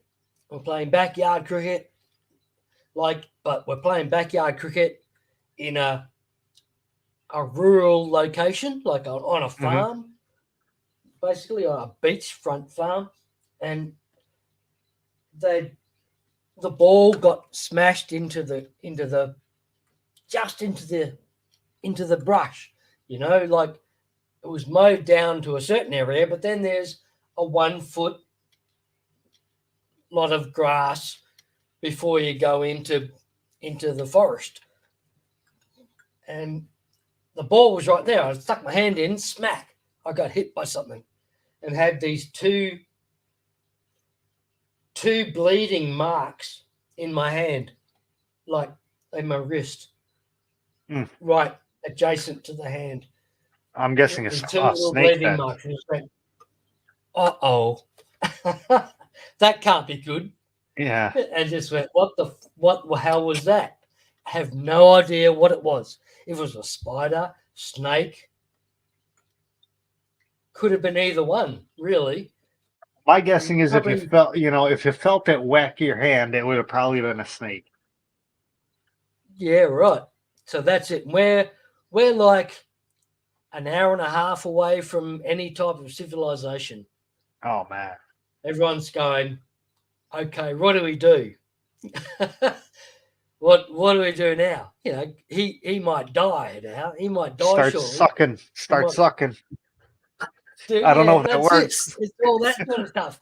We've got to start some sort of treatment now and drive him to the nearest hospital or doctor or whatever you can find, which is, as I said, an hour and a half, 2 hours away. It was like, man, this is chaos. What's going to happen now? So there's people trying to perform medical things on my wrist. I'm thinking, you guys are going to be more risk of like busting a vein in my wrist and making me bleed to death than what's going to happen. So, yeah. There was talk of we should cut between the two endpoints that we can see, cut between them and make that open up into a wound. And I'm sitting I'm a 9-year-old kid saying, "Fuck why don't off." why don't you just get the blue jay and hold it and let it peck at it? You're not going to fucking do that to me. It's not going to happen. Yeah, that's no. But I was in tears. I was just whoever thought of that idea did not stay at a Holiday Inn. Of shock that I'd ever been in my entire life at that stage.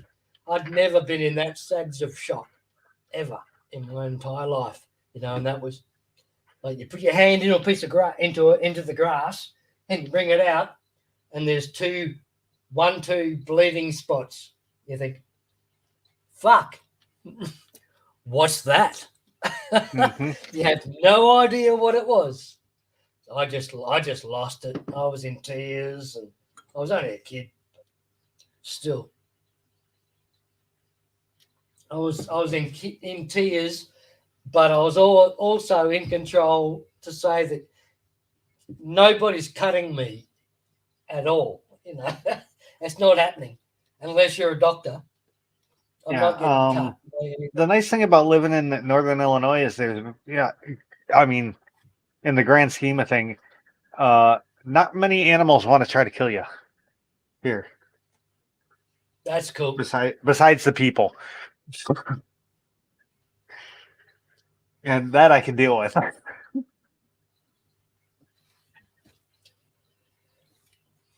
Sorry, everyone in chat. I've just been neglecting again. The chat's moving on big time. Sorry, everyone. Exactly talking about the spiders and snakes in the chat, it looks like.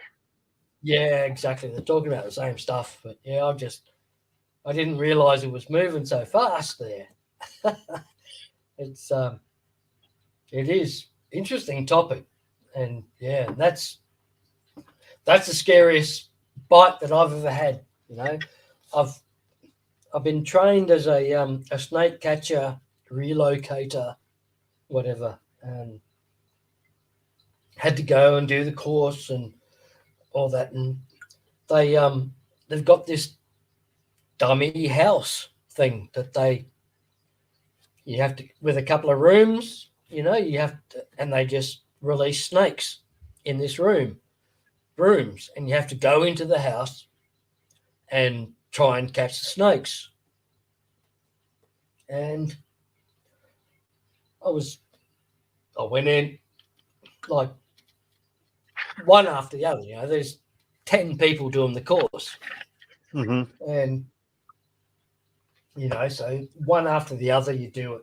So I just went in like in the middle of the crew, like I was number 5 or whatever, and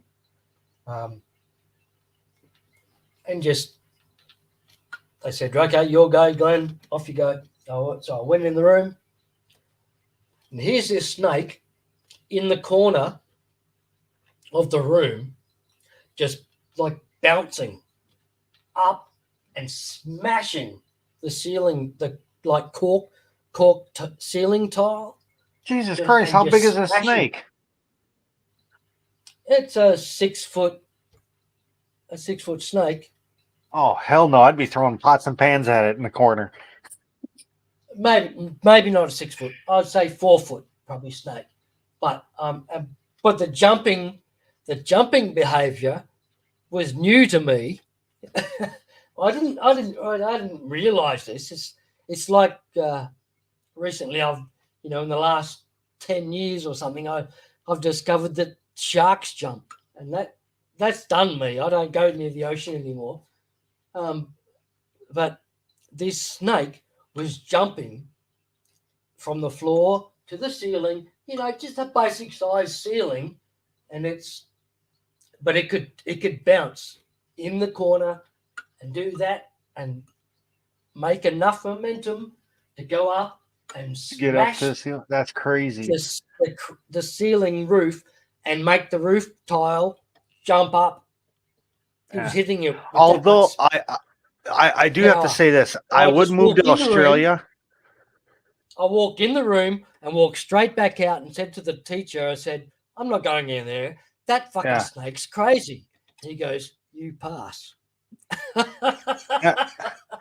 He said, that's exactly what you do in that situation. You don't go anywhere near it. It was just I do have to say that I would move to Australia because four people had already harassed this snake before me. Oh, so it's all pissed already. Was psycho. It was psycho snake at this stage. It knew it was trapped in this room or in this, you know, in this house, and there's actually like 3 or 4 other snakes in the house as well that you had to go and find all of them. But I only had to go, and I walked into the first room and this snake was doing this and walked out and said, this snake's crazy. I'm not going in there. He goes, yeah, right decision. You pass. And I didn't have to go and tackle the other 4 snakes at all, or 3 or 4, whatever it was, snakes. I will have to say this. I will deal with snakes over them camel spiders. I would never move to the Middle East. Nope. I would move to Australia first. Camel spiders. Spider.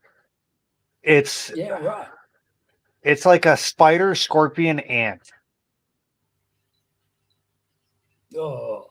Instead of fangs, it has mandibles, like an ant. Like 3 of my worst hated things. And they're big. Their bodies are like a foot long. They're big. That is like the combination of the 3 hated things of me that I hate all together. Yeah, I can understand what you're saying, Redhouse. What are they called? Camel spiders. I've seen pictures of these things. You know, guys holding dead ones up, and the legs are like the size of your pinkies. I have seen them. I have seen this somewhere many years ago. Yeah, exactly. My cousin used to tell me, yep, I killed 4 more today. They used to use them as target practice over there. Wow. They'd have to check their sleeping bag and stuff, because what they do is, I guess they run up to a camel, jump on their stomach, and then with their mandibles just start eating it and let their guts spill out. Far out. That's frightening. I think you've probably heard my story about the bird spider that we found when. Yeah, no bird spider. No, family. And another thing I don't like is the trapdoor spiders. Those things. Yeah, we've got trapdoors here as well. but the bird spider that we went into a rainforest tour, or not tour, just like casual walk. It's a hiking trail type thing. Yeah. You do, and we just went like as a family, my girlfriend, her family, my family, and we were walking there, and like all the girls were all together, and all the boys were all together, and the girls were like just going along, chattering away like 50, 100 meters in front of us, the guys, and the guys are all just casually walking along, we're all just walking along all together as well, and we suddenly go, whoa,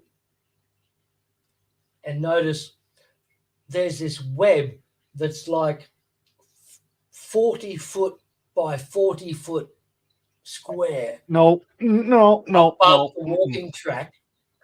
Just this massive web just going, and it's only like a foot above what you're walking through.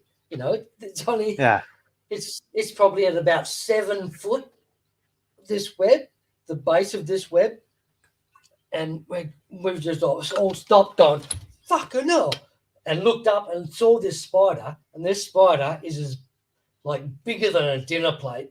Oh, hell no. And it's just one spider sitting in this web, and we're just going, the girls were like gas bagging so bad, they didn't even notice it. They just walked straight underneath it. Didn't even notice it. And and the guys have all just stopped and gone, I'm not walking under that. Yeah, girls, you're on your own. Sorry. Have fun. We've all fucking, see you at school next week. And sitting back and going, let's chuck a stick up there and see what he does. Okay. Like, as I said, it's a massive web. So we chucked this stick up into the web, and then suddenly this stick comes flying back over our heads. We just gone, nah, fuck it. We're not walking under that web. So we went around. We went around this web. It was like he threw this stick 30 meters. He's at height, but still, he's thrown a spider has thrown a stick that far. Yeah, that's fucking freaky. And we just nah, not going under that. I'm not going under that at all. Yeah, hilarious.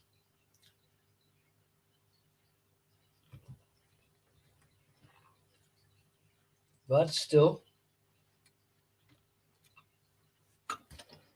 I keep spiders as pets, sort of, kinda, basically. No, you're never welcome in my house. Nope. But little jumping spiders. Have you ever seen them? Yeah. Actually, the only spiders I think are really cool are the dancing ones. They are really cool. They are really cool. They'll just jump up on your hand and just sit on your hand, and they're only like a quarter of an inch. They're tiny, and they'll just sit there. They're not going to bite you. And I've got a couple living behind fish tanks, and when I go to that fish tank, they'll come out and visit, and you put your hand out, and they'll jump on your hand every time and come out, and they look, and they've got like 8 eyes, or whatever it is. They just say, fucking, these guys are so cool, and they'll just go on their way, and then the next time you'll meet them again. They're just amazing. Jumping spiders. That's the thing, though. I wouldn't meet them ever again because I'd be smashing them. Spraying them. Yeah. Like I said, the only one I find kind of cool is a little dinky, like micro spider dancing once. And honestly, even that I wouldn't do. I need to find out. I need to check them out.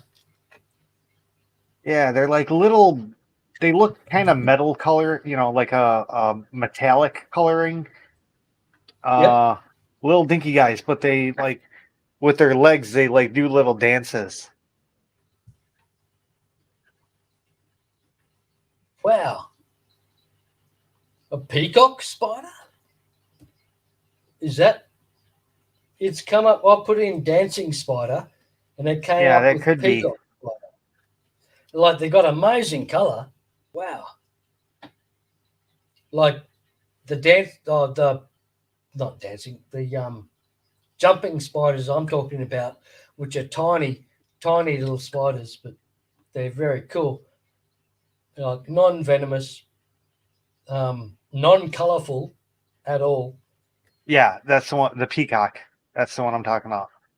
The peacock, yeah, that's amazing. I've never seen or heard of these things ever before around us. Man, you got to start watching the National Geographic shit. I need to. Yeah. What's You his don't name? know about you don't know about the Hallmark Acura? ornaments. You don't know about the dancing spider. Wow, what are they teaching you down there? I live a very, very reclusive life. That away. I wish I could. Influences. Oh, the huntsman? Yeah, the huntsman. I don't like those either. Yeah, we got huntsmans. Yeah, they're nice. They're always cool. My they're grandma told me once, they might and be it's as big as your hand. my grandma told me once, and it seems to kind of work, from what I can tell. Crushed red pepper. She said it works for squirrels, it works for bugs. You put the crushed red pepper, and supposedly they don't walk over it. Oh yeah, right. Gotcha. Yep. No, I make like a plant, not a nutrient at all, but anti-bug thing for plants and stuff made out of like homegrown chili, garlic, stuff like that. I can't think of what the other one is. What else do I use? Ginger.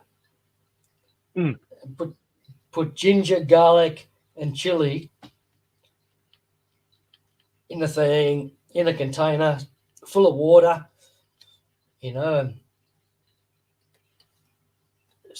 like spray that on plants, and it keeps all the.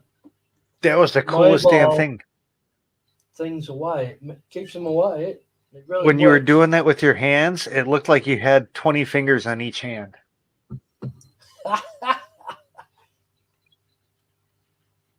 Is that it? Right.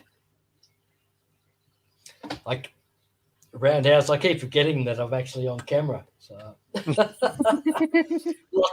luckily it's not worse. Luckily for me. Oh damn, it's -8 right now. Holy without the wind chill. My goodness. What can you do if your car's outside and you need to start your car in those sort of situations? What do you do? You start the car. Do you? Okay. Yeah. I mean, it doesn't get really bad until it gets like 20 below before wind chill. Yeah. Right now it's only 8. So you can you just gotta let your car you start your car and then just let it sit for maybe at least like 10 minutes before you even think of putting it in the drive. Right, let it warm up. Yeah. But is that the same with like modern cars as was like 1970s cars? Oh yeah. It's the same deal. Yeah. You just get, the colder it is, the longer you let it warm up. Yeah. Make sure the oil's running good, the trans fluid's running good. Hell, yeah. I've had it. I've been around where it's been cold enough that the engine is warmed up. The car's been running for like a half hour. Engine's warmed up. Can't put it in the drive because the transmission is still froze up. Yeah. Yeah, that's it. Like, what do I get? I get like the temperature might get down to like a very rare, like morning, we might have 5 degrees Celsius, which is, I have no idea. But it must Well, be 0 like, degrees Celsius is 32. So 5 degree, you're looking at like somewhere between 40. 32 and 40. That's nothing. Yeah, nothing. Yeah, I know. And like, we get Um, concerned about that. Oh my God, is it going to die? Is my car going to start? the Hope my car the starts. the one thing And I you do guys know get is that behind us minus too. 40. Minus 40 is minus 40 Yeah, Fahrenheit to Celsius. It's the same. right. So when it's minus 30 degrees with the wind chill, you can just you can extrapolate from that. Yeah, right. Let's just say it's Exactly. cold enough that I don't let the dog G'day, even hippie play John. outside. The dog goes out for like 5 minutes at a time to go to the bathroom, and that's it. He doesn't get to sniff around or play or anything. Right. Make it happen. Let's get out of here. Yeah, that's it. No, I was a kid when we were in America, but in the late 70s, up into the very early 80s, and for 5 years. And yeah, it's like I was in Virginia, and like we had snow days, snowstorms, whatever, but you don't really notice. You don't notice it. The cold is bad because it like the whole everywhere's set up for it. Yeah. Where if it got cold here, and like it does it like just south of me, it will snow on very rare occasions, like once a year, maybe once every 3 years or something. Um, and that takes us by total surprise, and oh my God, what are we going to do? It's chaos. I have to admit that this winter is crazy. Because of how the lows are setting up and the jet stream and everything that was already in place. Like Florida keeps getting snow and cold and snow and stuff like that. Yeah. Did it? It actually snowed. Like Mike from Florida Fish Rescue was saying it was snowing at the time. I When he mean, was it's streaming not it. uncommon to have snow in Florida. Okay, right. It just doesn't happen. Shit. I mean, because I actually looked it up. The oldest record they have is like 1855, and Yep. it's happened maybe 200-300 times. 200-300 Okay, right. snowfalls since then. That's amazing. I like I think of Florida as being like Northern Australia, and like there's never been snow in Northern Australia. Kinda. You're maybe a couple 100 miles to still north. But like if you look on a latitude longitude like type stuff, I'm pretty sure it's close. Okay, Like the Tropic of Cancer and the Tropic of Capricorn type deal. yeah, yep.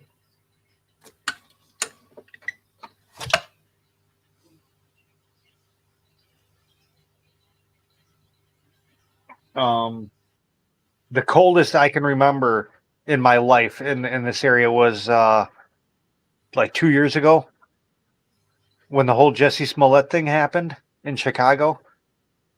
The hate crime thing. It was like 50 below with the wind chill. It was so cold the houses were cracking. Your house would just all of a sudden just bang. Sound like someone like started just banging on the wall. Yep. Yep. And that's totally possible to any building. If it gets that cold, it'll just. What was happening is it got so cold that the water in the wood, the little bit of water was freezing and expanding and like breaking the wood some. Gotcha. That's incredible. Yep. I was thinking more of the concrete and stuff. Yeah, really, the wood. Wow. It's freaky, isn't it? But man, that's like when A you lot get of people ruin their scary engines on that images, here. Like we have things happen, here. Buildings move, depending on temperatures. Like in my house, like you Hey, notice collaboration. doors around the house, that depending on what season it is, of how that door opens and closes. You might see Yes. a very slight difference, but there will be a difference. Yes, You think, T-Bone. wow, that's pretty freaky. The one time I went down to Florida, I was like 5 years old or something. We went to my grandma's house, and we went walking around the neighborhood, and we're looking at the pond, and I run into this little opening in the cattails, and I'm just walking around this circle opening in the cattails in the middle of the cattails. My dad's like, "What are you doing?" I'm like, "Oh, I'm just playing down here." He sees where I am. He's like, "Get the hell out of there!" Like, why? He's like, "That's an alligator house." Like, oh, well, what's an alligator? Pinellas Park, I think it was in Florida. It's on the west coast of Florida, the Gulf of Mexico side.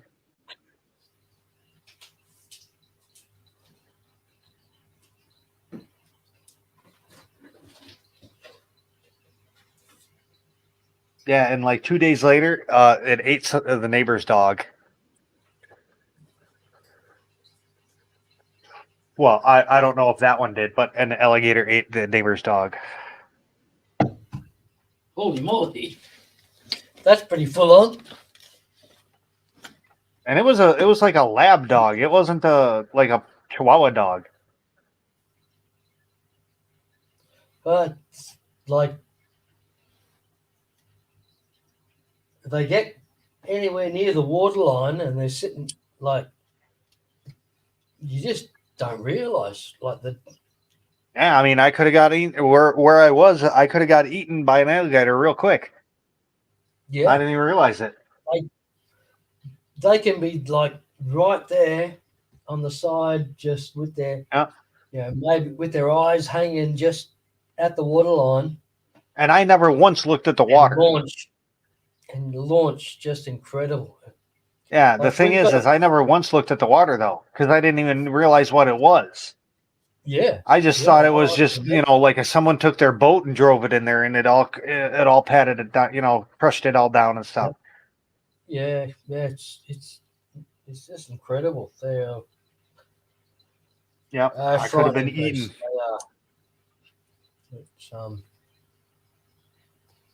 We were taken on, like, lived in like the Northern Territory, which is like the Australian outback, as far as you can get it.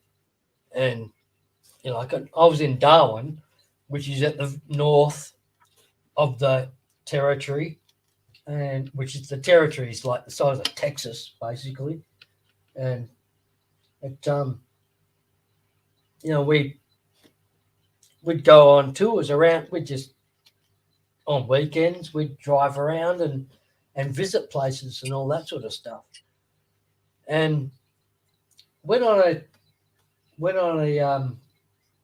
like, had my mother-in-law come up to visit one time and took her on a tour, of Adelaide River crocodile jumping crocodile tour. You think it's pretty self-explanatory what's happening. They go out, they stick chickens at about 4 meters, 5 meters out of the water, and crocodiles, 3-meter long crocodiles, whatever, would jump up and grab these chickens from the boat That's crazy. that you're traveling in. You just think, this is absolute insanity, Oh. It's like, my God. And then you look over and there's guys like 300-pound guys fishing in this little aluminium dinghy for barramundi, like not far away from where the crocodiles are jumping 3 meters out of the water. You just think, this is not right. Yeah, and man, and let me tell you, if an alligator, I don't know if are they alligators or crocodiles there? I don't know, but either way, they're both of them are crocodiles. Both of them Here, are crazy ass animals, man. They'll kill you at any stage. A crocodile, yeah, not a good character at all. Yeah, but they let people take their little aluminium fishing boats out in the same water where they do the jumping croc tours, where they try and make crocodiles jump out of the water for tourists. Yeah. You think, oh my God, this is just insanity. But, oh well. Crazy. You people are crazy down there. That's all I can say.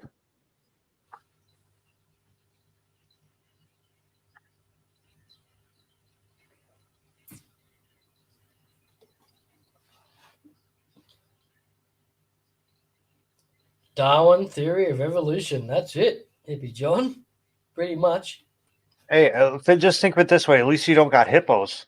Those things are even worse than alligators. Well, they are. Shit, I've seen hippos eat alligators. Yeah, that's right. They're freaky. No hippos up there, which is a good thing. But makes you wonder.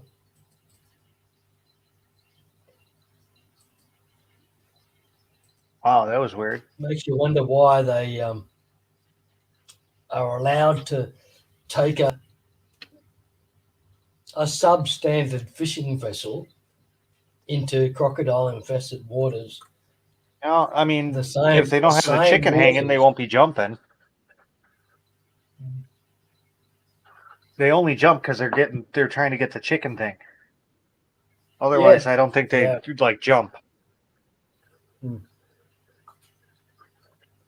But because this boat was full of 3 extremely large gentlemen, that it was basically level with the water. Oh. That's what I mean. Yeah, no. So the crocodile just needed to swim into the boat. Didn't need to jump into the boat. Just needed to swim, basically, into the boat. And you just think, man, this is insanity. But, they no doubt survived, and there was no dramas. So they probably do it next week on their day off from the mine or whatever, wherever they're working. But I don't know. People, when you get into certain spots, people are just stupid with animals. They do that down in Florida too. They go crocodile hunting and shit like that. Man, you crazy ass people. Yeah, right. Yeah, it's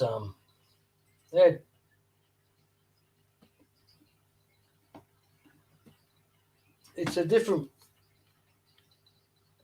totally different thoughts about things Rocky. depending on where you are, where you The live. hippo is the most dangerous animal in the world.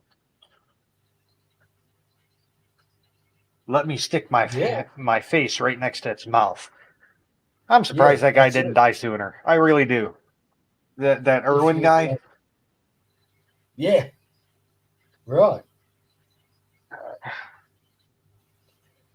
Dude, I honestly I liked watching his show, but I didn't also at the same time because it like what's the word? Anxiety, I guess it would be the word. It's like you're it's it's one of the most deadly snakes in the world. I'm gonna go pick it up, and it's like, dude, Jesus. Yeah. The most frightening experience thing, like not frightening for me really, that I saw with Steve Irwin was I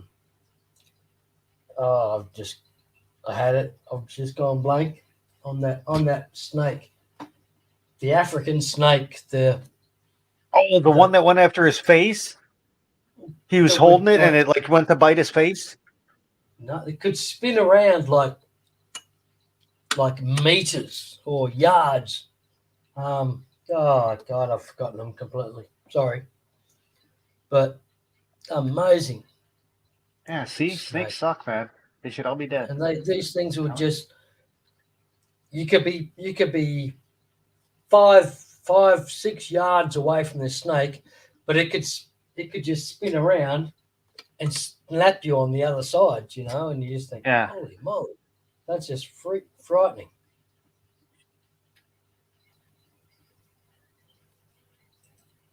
I don't know. Like I said, we should start a movement to get rid of all the snakes. Make the world a better place. And then we'll be overrun by rats and stuff like that, wouldn't we? Well, then we'll just find something to eat the rats. We'll fix it. We can do create it. something. We'll create something. Yeah. Like They'll make some animal in a lab in Wuhan. Yeah. Maybe a virus. Let's create a virus. Well, no, I'm thinking like a flesh-eating chicken or something. I don't know.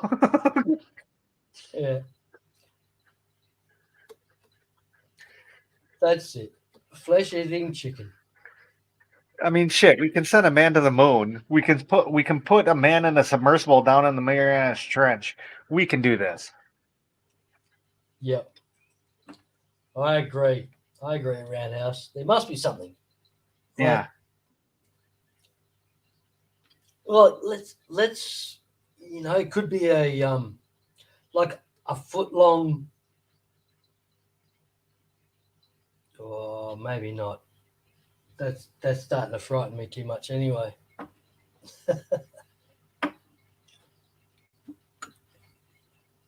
Still.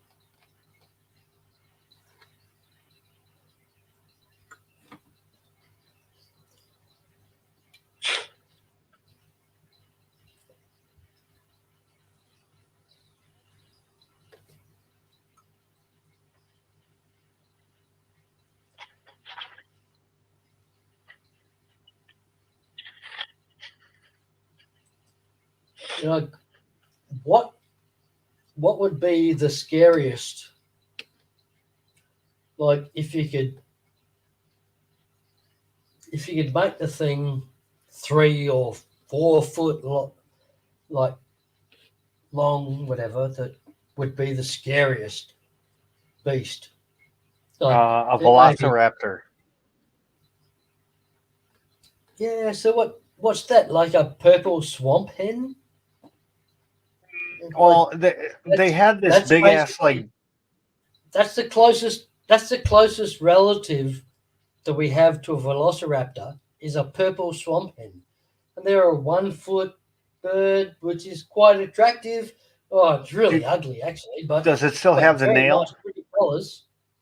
Because the velociraptor, what it would do is it would jump and then like bring that one big claw down, and it would just like fillet you. Yeah. So that's get killed by a purple swamp hammer. That'd be nasty. Ooh, no. It I would know be, something that's even wouldn't be good on the tombstone. That wouldn't help. carnivorous bunnies. Carnivorous bunnies. Yeah, that would be That's a scary thing. Because That- them bunnies, man, they're fast.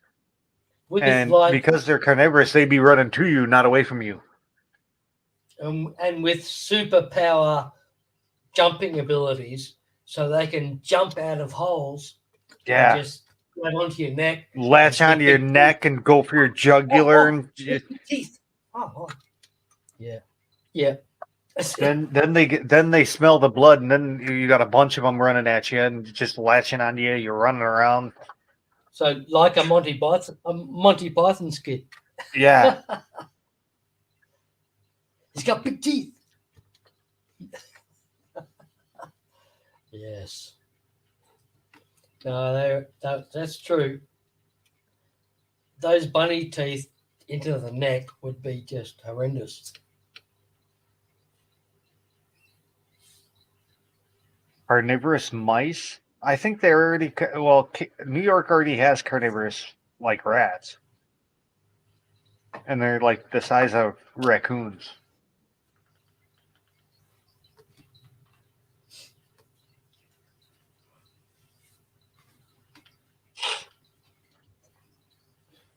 Yep, exactly, BJ Palmer.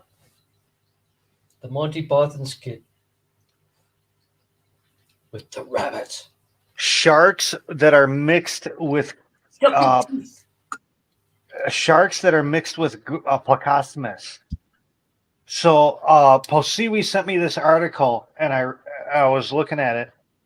There's a Plecostomus that can actually walk on land and spend 20 hours out of water and not die.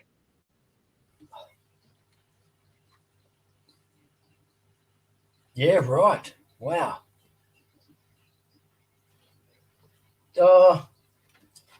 Like it's nowhere near those sort of levels, mate. But I've had bristlenose plecos. Like I've doing a tank redo and taken a log out of a tank, thinking, okay, I've got everything's out.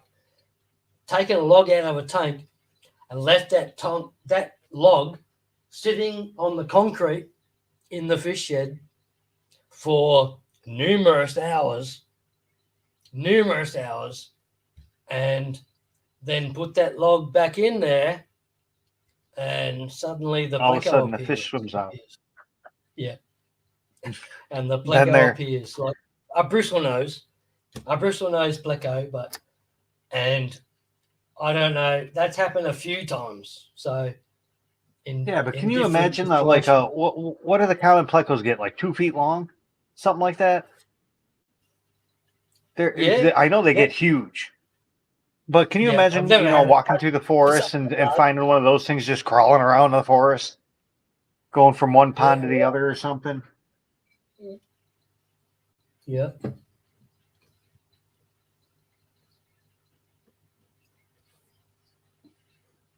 Yeah, that's amazing, eh?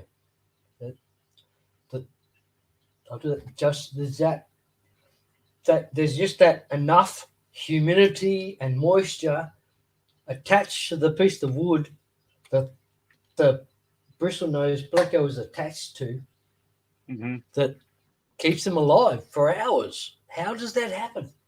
I know plecos can go a long while with air. There was this one, I can't remember the species, but this was years ago I read this. They were a seasonal fish, and they would like dig themselves into the mud and go into hibernation when the water level went down. And then the water level would come up and it would like wake up and swim back out. Yep, gotcha. Yep.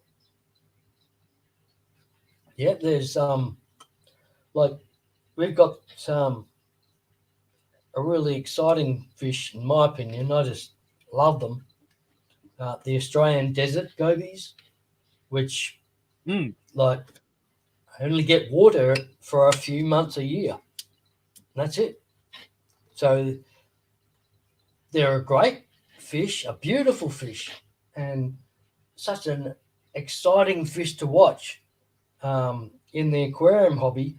But they only live for like 3 months or something like that. Mm-hmm. So they're not very popular because of that reason. Yeah, they don't live long at all, and because the rain goes away where they live and it dries out and they run out of water and die. But their theory is they're like a killifish, that their eggs may survive in the substrate, and when the rains come again, the fish will evolve and you'll end up with baby fish. So fascinating fish, and just beautiful and so exciting to watch. They just bounce around the tank like like little frogs or something. I don't know what to explain it as the way they bounce around. They're just awesome. Like carnivorous bunnies looking for its next. They jump around the tank like carnivorous bunnies looking for their next meal. I highly recommend anybody go and check and get some Australian desert gobies. They're beautiful. The males are just absolutely one of the most beautiful freshwater fish you'll ever see. The females a little more subdued colour, but still amazing. And what's it called? behaviour. Australian what? Desert goby. Desert. The desert goby. Yeah, they're only like collected from a very small area of those guys. Australia.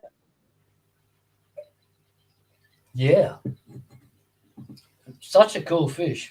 Like it's a yellow fish with like blue fin. Yeah, that's okay. It. Yeah, I've seen these before. Yeah, amazing, an amazing fish. I cannot recommend them more to anybody. Just go and get them, but don't expect them to live 10 years. They're not going to do that. They're a short-lived fish, like a killifish. They are designed to live and die by the seasons, and which makes them less popular. Still a great fish, and if you can get them to breed, but they will breed easily. Like they're easy fish to breed. So if you've got male, female, they'll breed for you. It's like that simple, because you've got that. They've got that thing in their mind that they're not going to live. They have to breed. So if you've got male, female, they'll breed. That simple. And an amazing fish and cute babies. Man, the babies are just adorable. But again, as I was saying, they've got that they only live for a short time. They only live for a year or maybe 2 at the most. That they're not very attractive fish to be kept.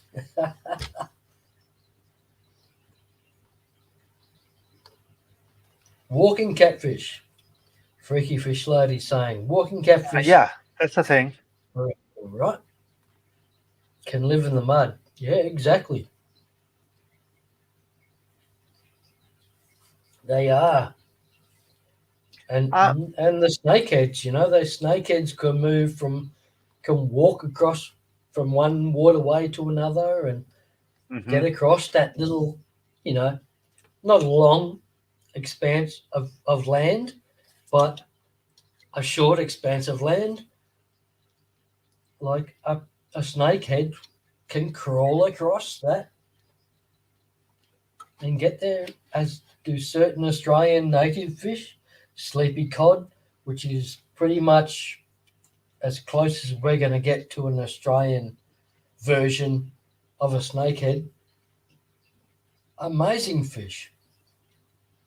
But again, they've got that ability apparently that they'll they can walk that meter that might be required to get from one water hole to another to keep alive, and just do it where other fish will perish. So it's amazing.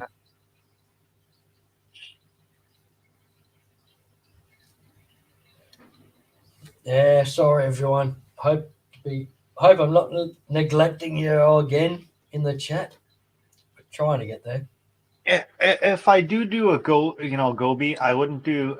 I would go with the goby family, but I would do the saltwater firefish. I'd have to look it up. It's in the goby family. Filefish. Filefish. Oh no! I'm thinking of like more the one with the spike on his back. Yeah, that's what I'm talking about. As a filefish. Filefish. Yeah, okay. Yeah, awesome. Because I've never, or I would just go the whole Mandarin goby. The purple looking, the Picasso looking. Right. Yeah, exactly, man. That's just what an awesome fish, eh? Wow.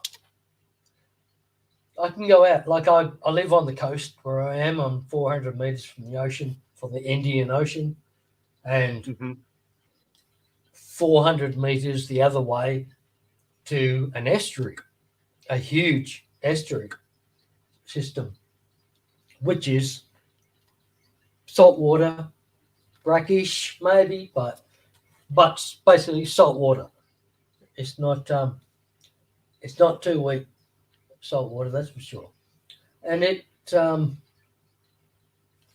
like to go out and just find a weed bed, put my little like 6-inch little fish net through the weed bed, and you lift it up, and you've got 20 shrimp, maybe a fish or two, maybe a pipe fish, maybe a couple of minnows, things that are there. But one time I found a filefish. Like, I think it's a filefish. I think that name's right. They're like a little dory, but this guy was fluoro green. He was a centimeter, so half an inch or something. Tiny, but with a spike on his head that he just would put up whenever he's threatened or whatever, whenever he wanted to. And my God, what a great fish. And I kept him in my tank. Like I just set up it was a 2.5 gallon to start with, a 2.5 gallon tank with sand from the estuary, salt water from the estuary, a couple of plants type things from the estuary, and a rock from the estuary. A 2.5 gallon tank, and had half a dozen shrimp and this little fish.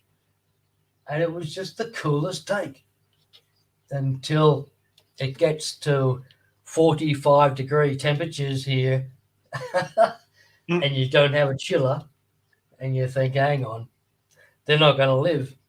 So I had to end up eventually donating them to a friend who had a chiller, and he's still living today, that fish. What an amazing little fish.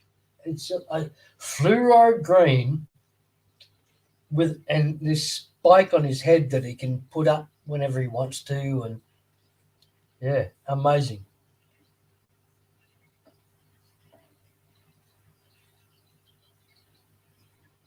But yeah, I need to go out there. I want to take the young fellow out there a few times. Yes, I know, lunatic. Just trying to work out the time when to do it.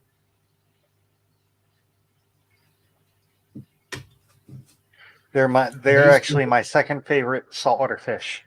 My first one is the Orbicus bat.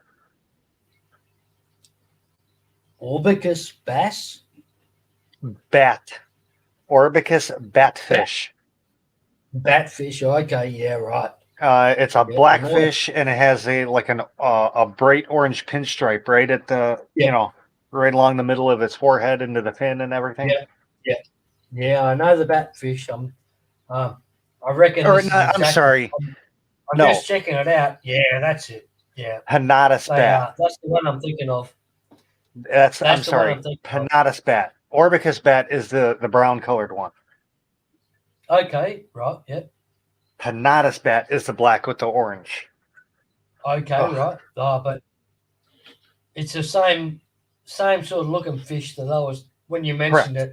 it. Well, I was kinda. thinking of The Panatus bat gets longer fins, so it's a taller fish.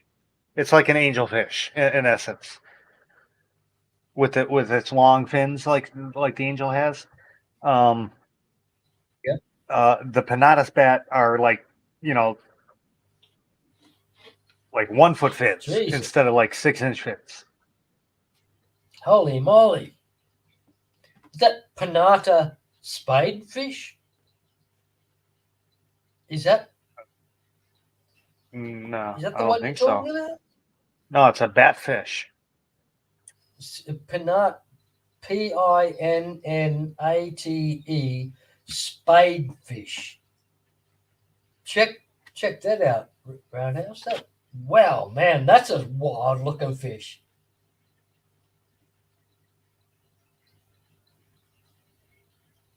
Panatus batfish. Panatus Oh yeah, spade. because they do call them spadefish, I guess. Then Is that it? yeah, Is it? Wow, that is freaky, man. My goodness, that's the most attractive fish I've ever seen in my life, I think. yeah. That is amazing.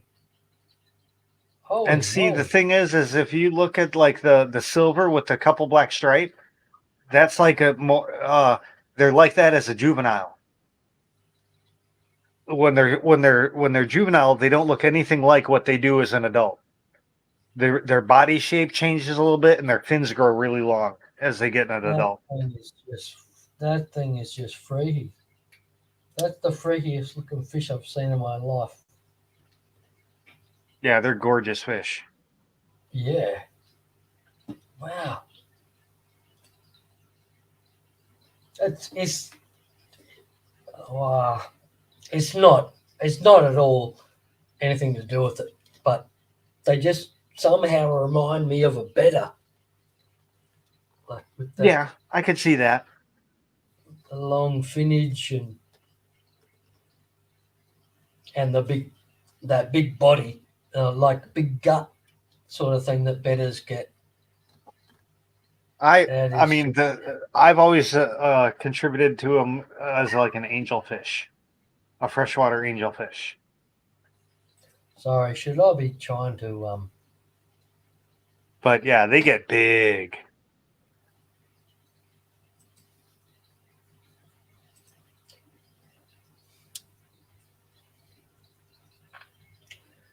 I should be trying to link pictures to what you're talking about, mate. I'm sorry.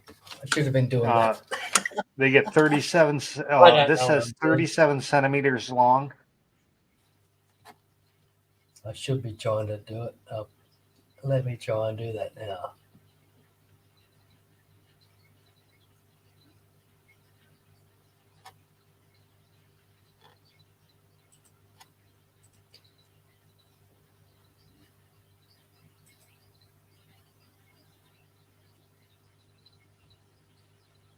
Oh, hang on.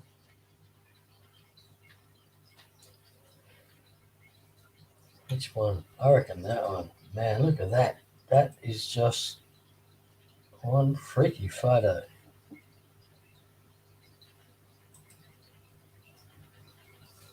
So,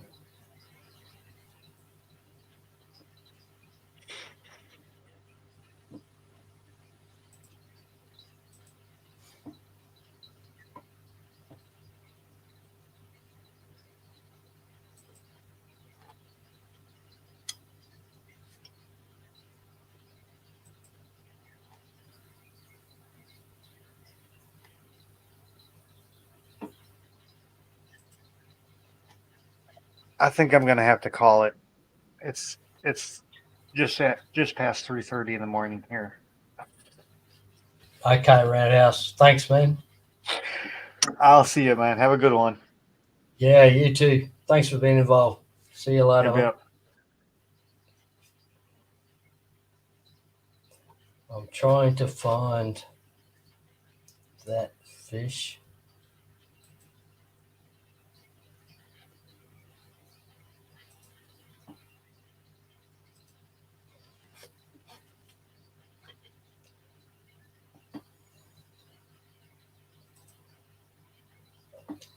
So that's the fish.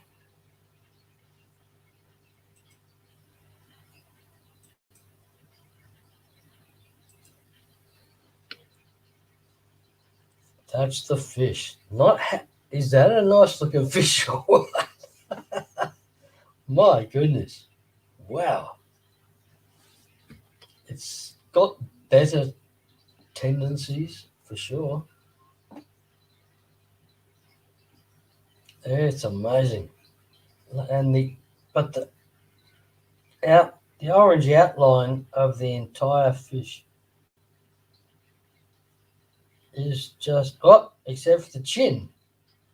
Not on the chin. But still, what a beautiful fish. Man, that is cool. Thanks, Roundhouse. That's awesome.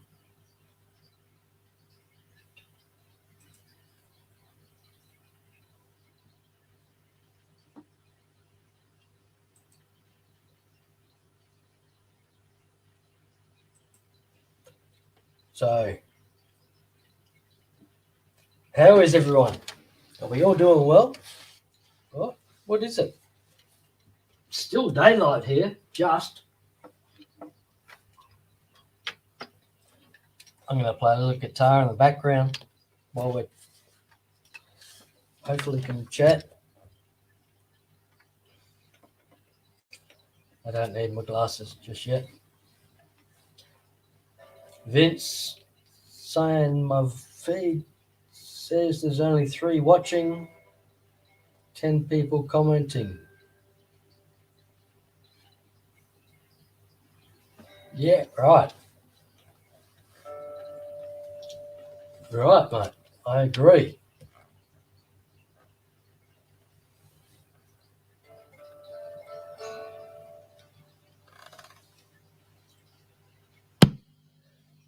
Better turn the amp on.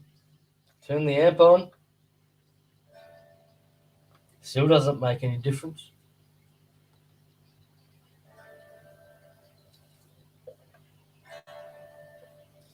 Oh well.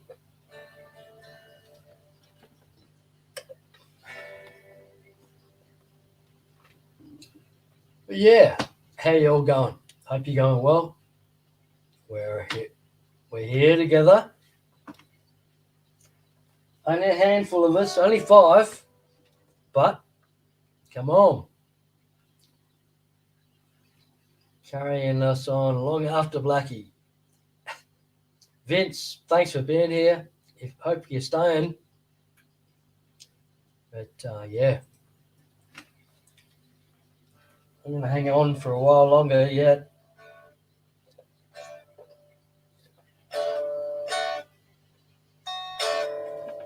For some reason, I can't make any noise out of this guitar at the moment. Oh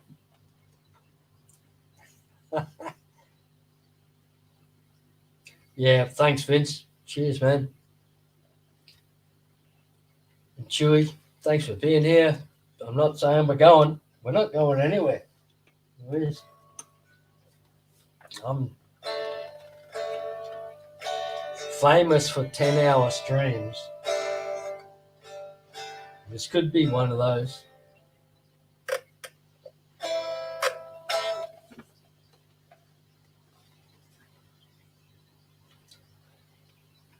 I do remember what happened. Yeah, right. Why there's no volume. Turn the volume off. Whoop. No, it didn't.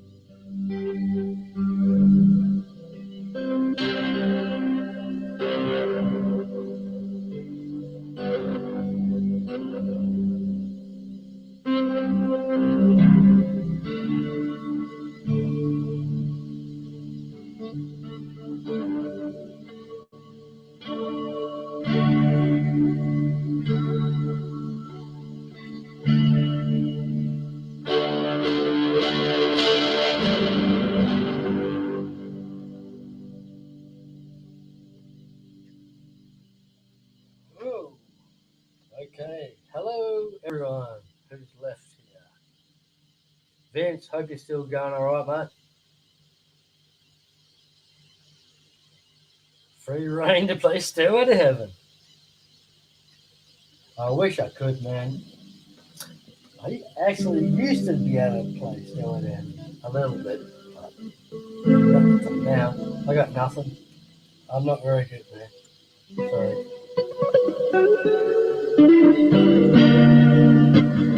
I like to just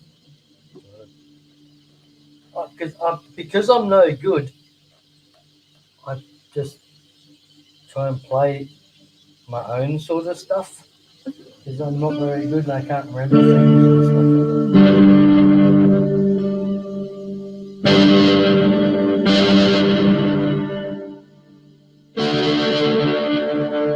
I don't know if you can see it. I'll move that out of the way, maybe. You can see the Marshall. So it's a mini Marshall stack. With the SX strap.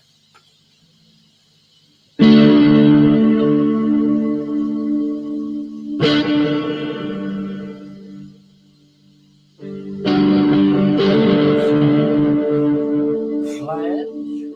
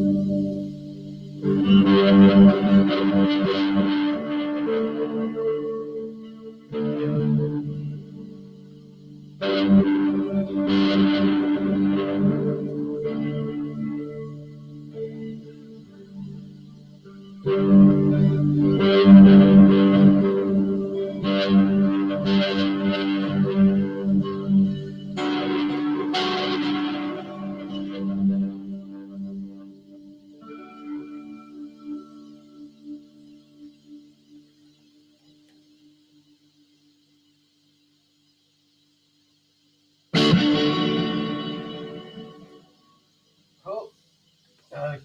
Sorry, everyone. I hope I haven't scared everybody off. Here we are. Oh, sorry. No, that's me. Saying somebody backstage, but no, that's just. Hope you're all having some fun. Wow, what happened to my microphone being pushed way over there? Hope somebody can hear me.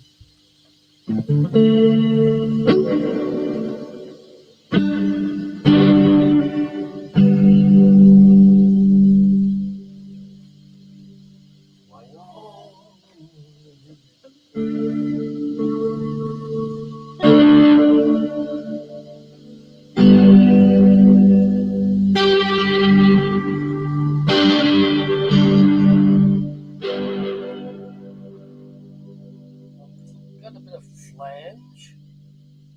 flanger happening through, coming through to the Marshall. Let's move the mic out of the way, you'll be able to see that. The Marshall mini stack. And that's it. And I love the Marshall mini stack. It's amazing.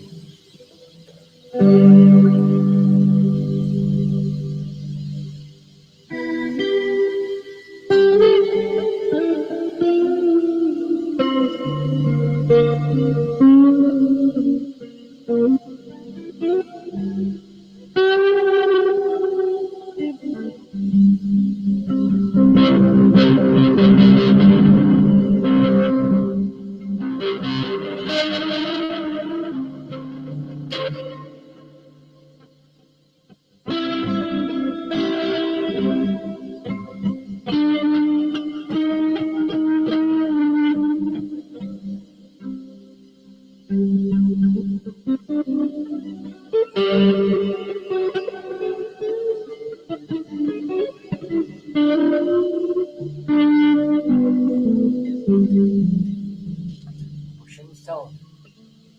But I'm not. But that's okay. I have heaps of fun.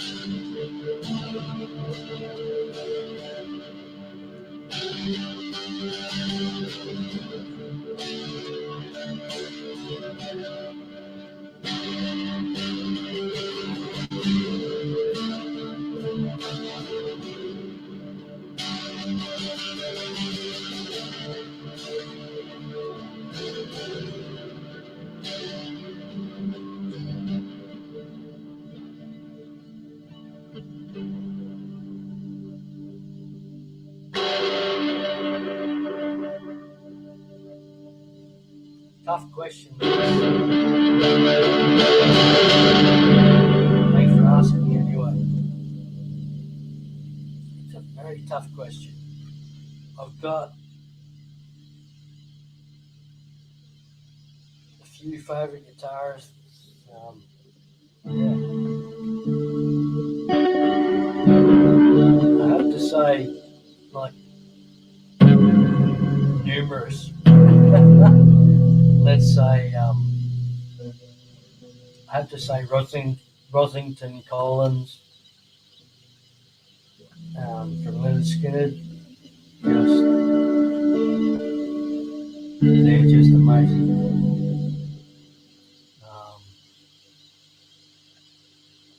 Yeah, and I think David Gilmour is God. And yeah, so there's three of my favourite guitarists in the world.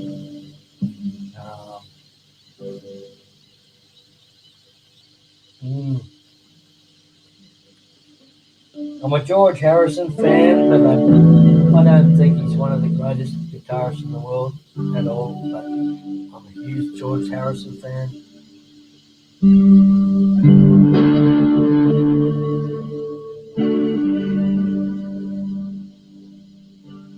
Clapton's God, we all know.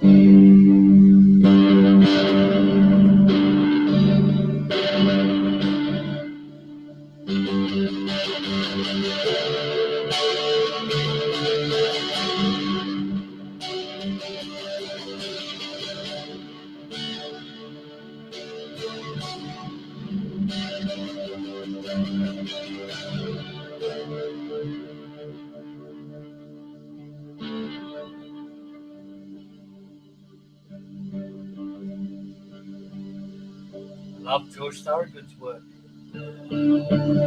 Stevie Ray's a champion. He has to be in there.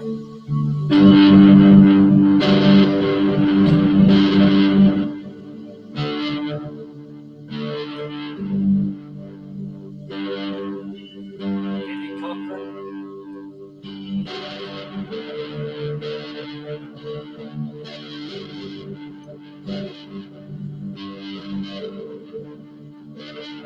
I still think the most my favourite guitarist of all time is still Scotty Moore from Elvis.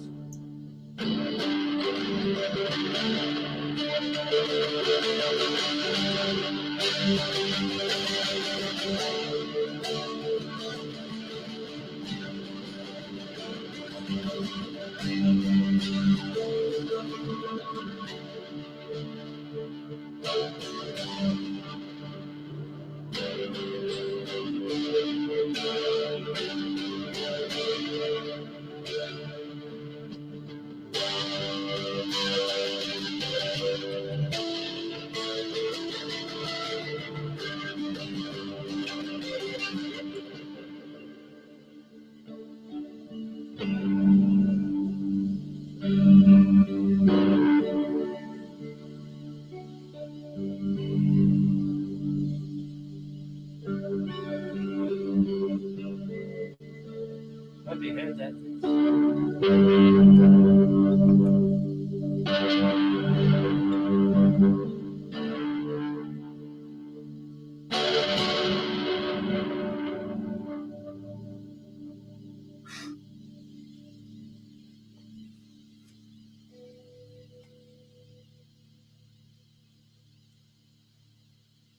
Something that you'll never be able to focus on.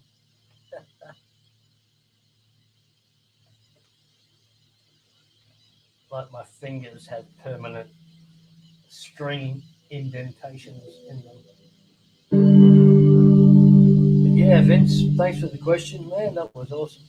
I hope you heard my answers. I hope. Whoop, maybe not, because the microphone is pointed way across. So I probably smashed into it. And when I'm mad and crazy, guitar.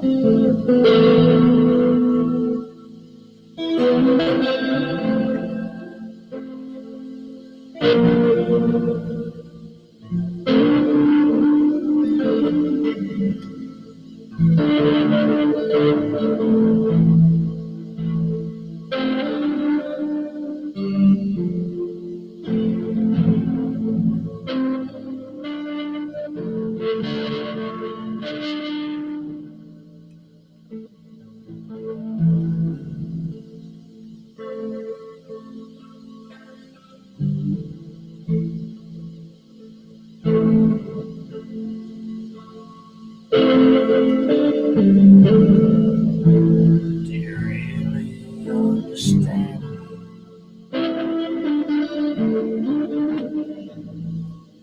Don't really think you can.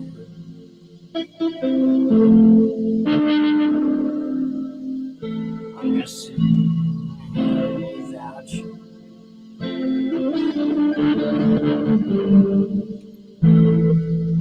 Just a solitary man.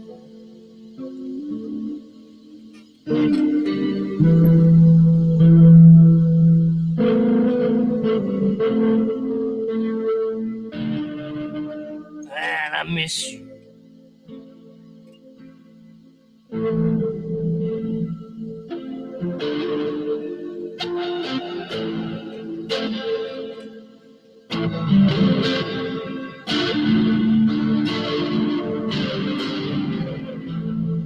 So there could be another way.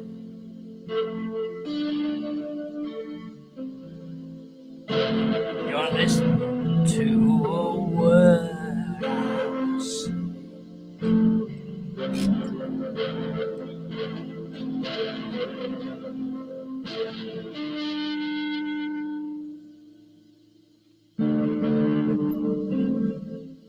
Still trying to get through.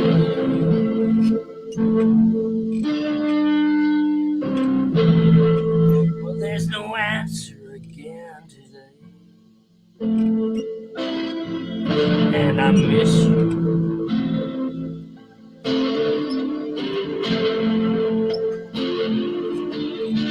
Yeah, I miss you.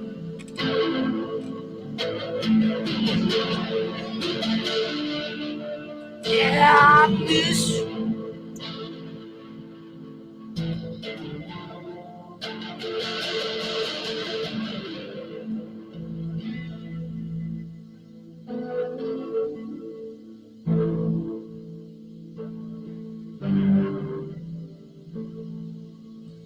Hope the kids and the dogs are fine.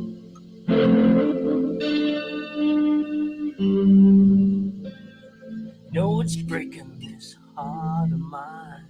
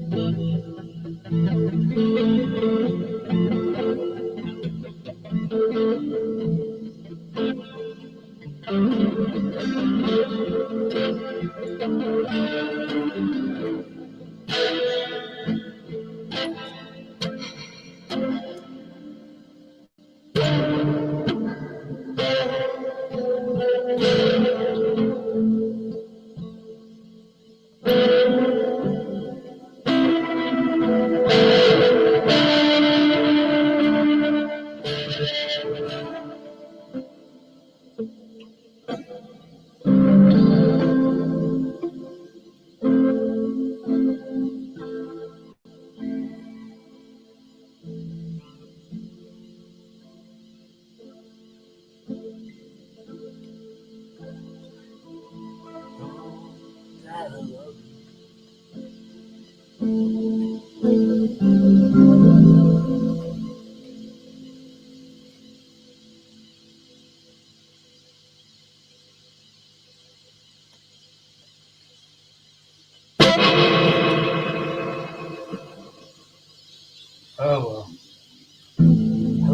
everyone who's still here with us. Whoop.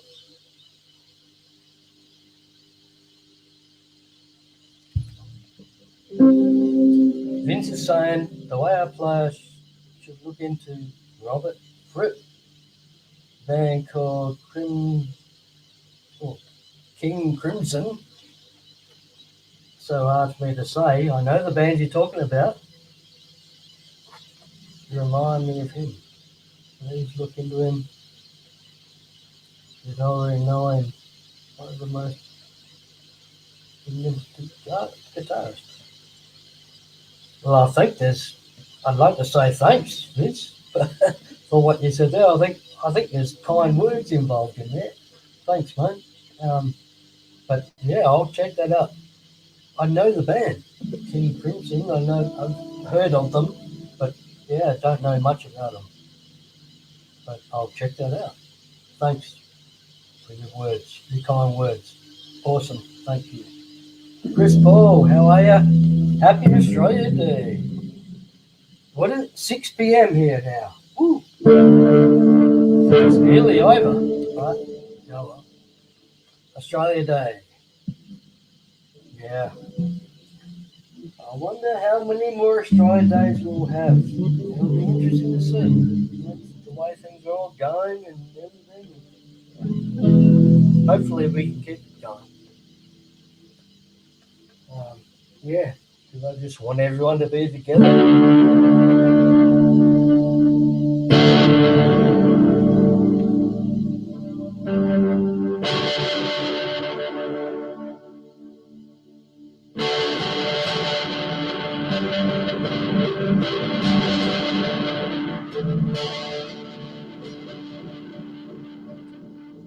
Sorry, anyone who's got headphones on.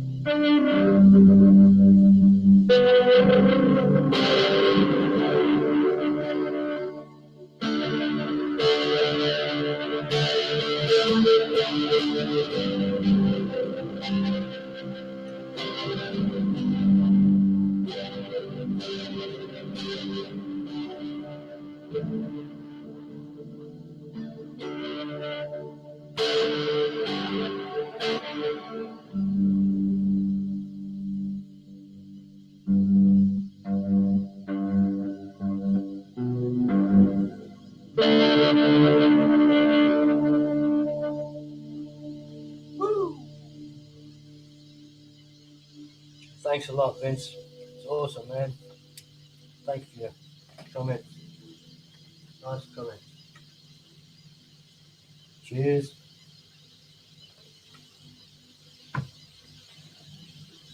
So the sun is either going down here or just coming up. I'm not really sure. I think it's going down. I don't think I've been going for that long. But I have been known to do an all-night stream. I'll be back in a minute, guys. Just going to refresh my glass.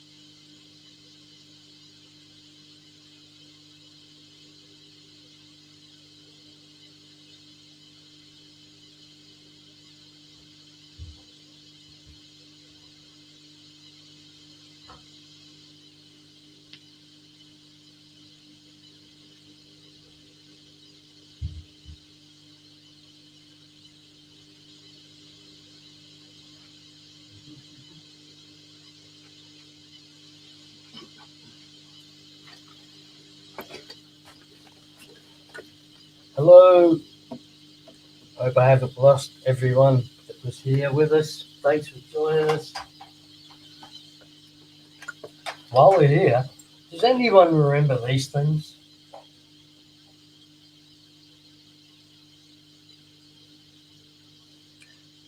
So that's a Coleco electronic quarterback. That's a Coleco electronic head-to-head football.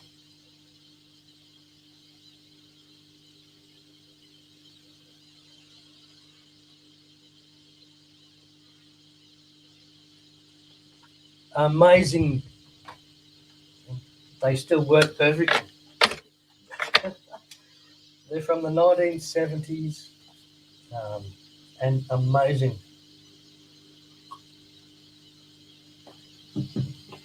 I should have a baseball game somewhere, but I don't know where that is. It's disappeared for some strange reason. But them the breaks. Yeah. I'd love to hear if anyone does remember these handheld games. You can see the football field lines across the screen. And that's a two-player. So you have one player here playing defense and one player here playing offense. Amazing technology from the 1970s. And as I said, still work perfectly fine. So that's 50 years old? Wow. Nearly, isn't it? That's incredible. Wow. Oh, well. Hope you get some sort of excitement out of that like I do. Like, I reckon that's just amazing. Yeah. I thank you all for being here. You're all champions.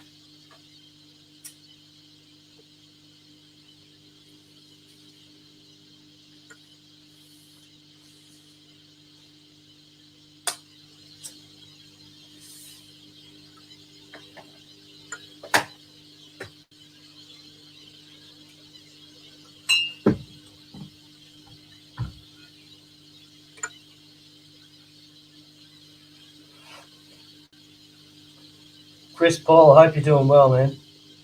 Hope you're having a good Australia Day.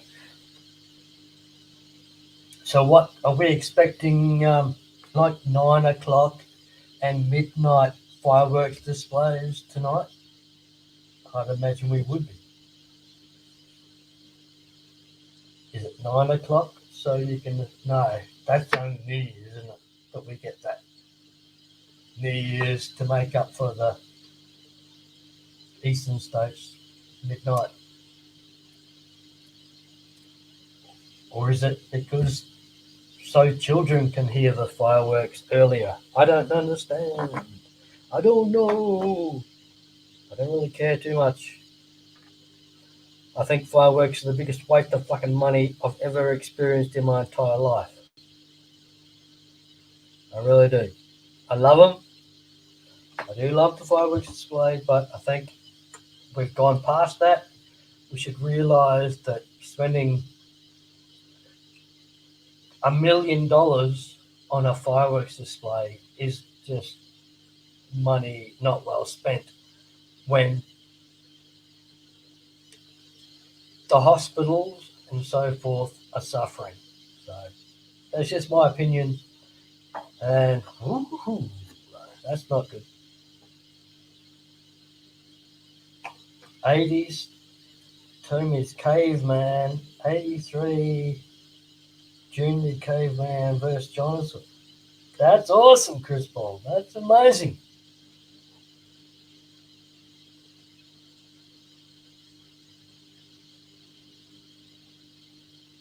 That is amazing, man. Not, is that 80s as in like anywhere in the 80s?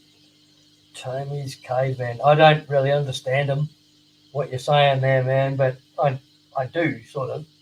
That there's some sort of games, but I don't I don't really understand either of those games that you've mentioned. Like, I haven't got any of those, so I don't know. But these are from 1977. Got my camera turned off. They're from 1977, so similar vintage, that's for sure. And as I said, they still work perfectly. You know, and you buy things these days, you don't expect them to last. What is that? 1970s? Man, that's 50 years, just about. Crazy, isn't it? And 40 years for yours, Chris. That's amazing. It's, yeah. I find that incredible. Nice to have. Are they collectible now, Chris Paul? Do they become collectible items and are worth serious money? Or I don't believe those things are worth any money, but I don't know. I haven't checked them out. As I said, they work perfectly, as if they were just brand new. They're just amazing. One of them's had a little bit of, not, you wouldn't call it damage, but just the football field is on the outer rim has started to fall off, or has fallen off. But the football field is still intact. I'll try and show you what I mean. If you can see that. Oh, no, too bright. Sorry. Maybe you can see that there. How about if I turn that off? Try and keep it straight. You can see how on the outer of the black middle screen here, that has sort of faded away, or not faded away, just disappeared for some reason. You can see how on one side, the wrong side, there's a touchdown area, and the other side has no touchdown area. You can sort of see where the blue line used to be. It used to be there. That's just, for whatever reason, it's just fallen off. But so that's it, yeah. And they're amazing. Amazing. As I said, they work perfectly.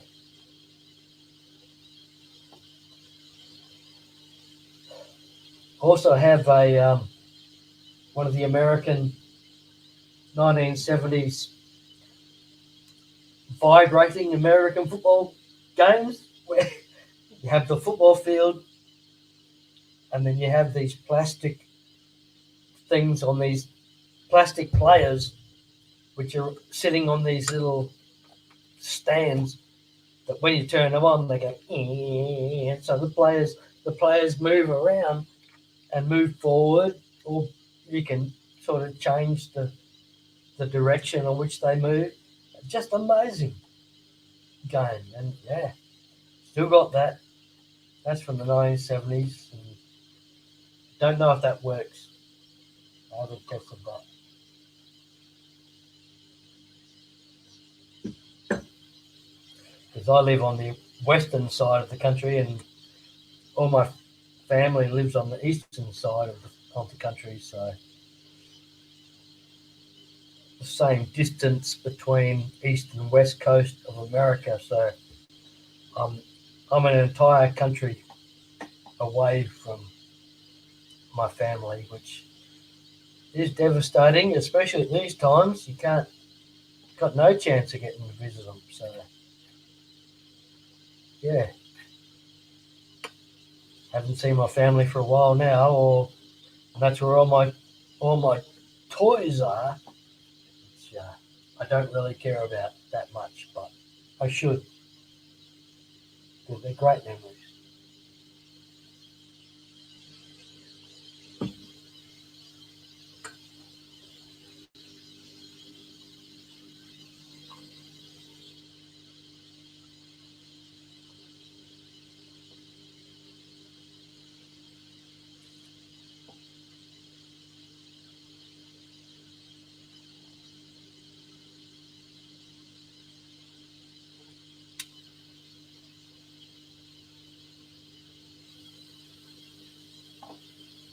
That's awesome, Chris Paul.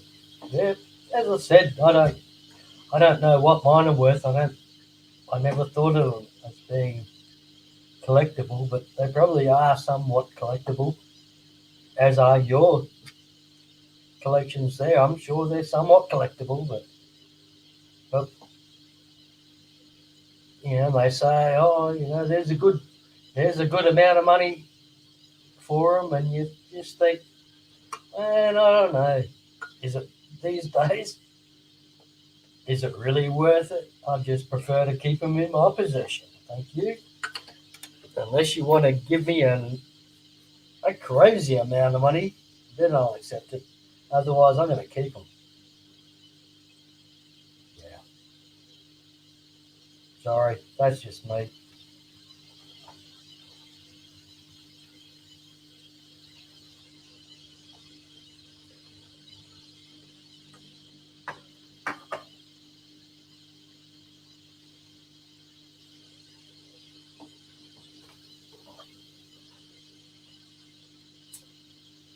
So what does everybody's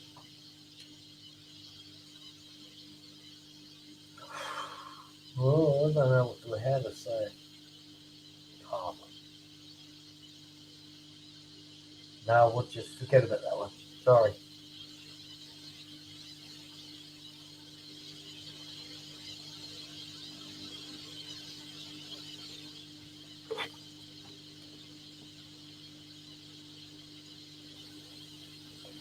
Can we go for,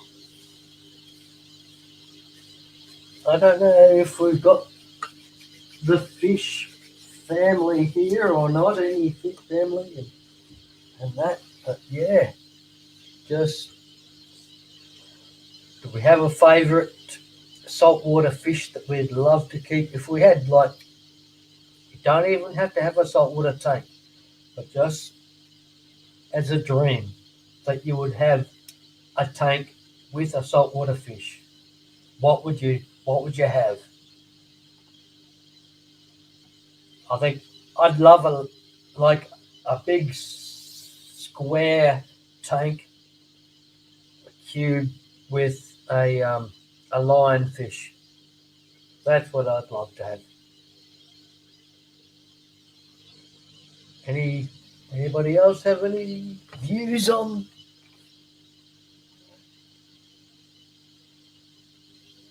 You're off, Vince. Okay. Thanks, Vince.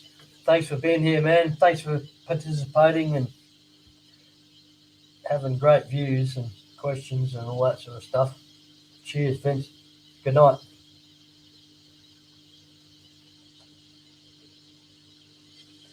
But does anyone have any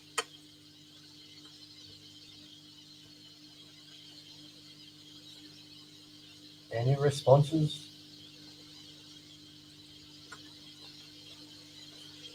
to having a saltwater fish? Your favourite saltwater fish? What would it like? My favourite saltwater fishes are different, but just one that you might really want to have. As I said, like, I'd love to have a lionfish, but they worry me, so I don't have one.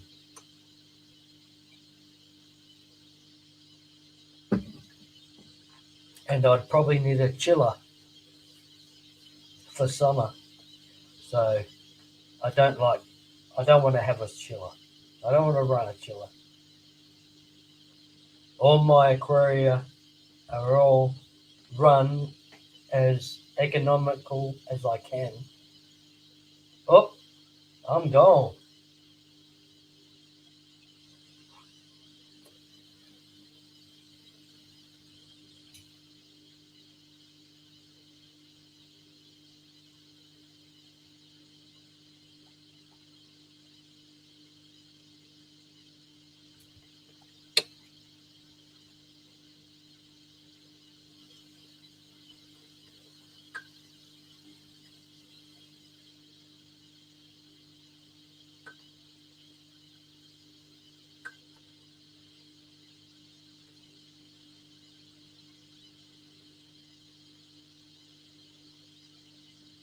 Hello, y'all. I'm back. Yeah, good night, miss.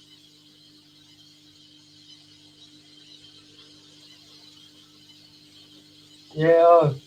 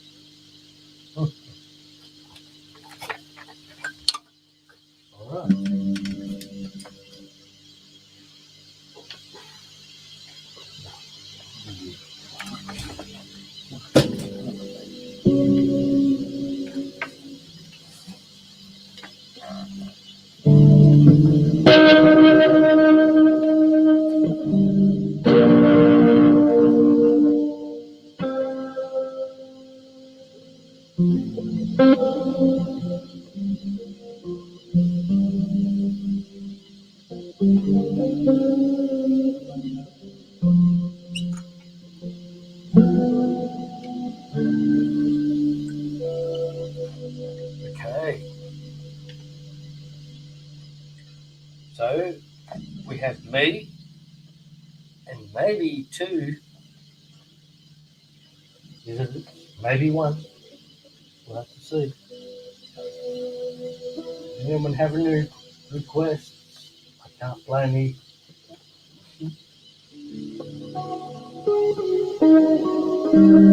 Just give me an idea what you want to hear.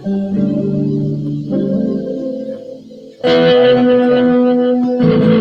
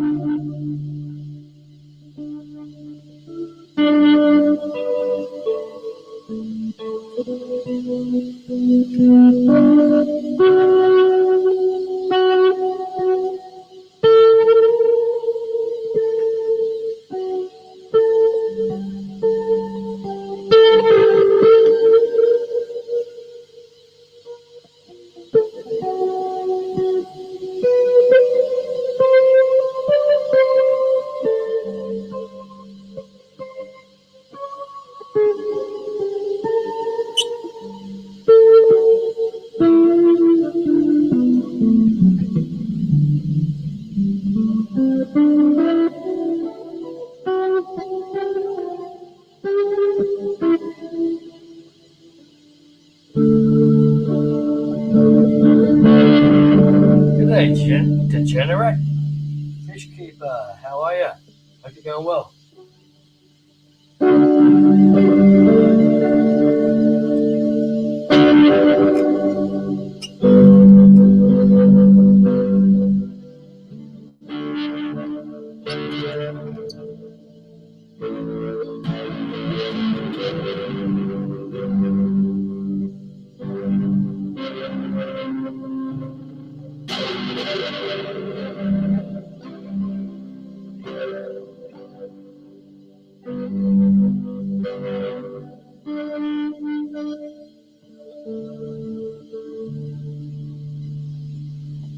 Okay. Might as well do a quick introduction. Move the microphone out of the way. We're playing out of the. I can't make that anymore in picture, but playing out of the Marshall stack, mini stack, right here. Only a 15 watt. 15 watt. Two outputs. Nice little amp. Does well. Awesome. And yeah, mic through whatever they call those things.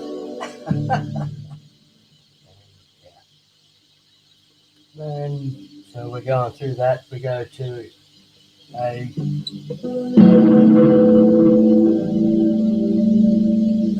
audio interface which runs into the laptop. And somehow it all works. Somehow. And I've got a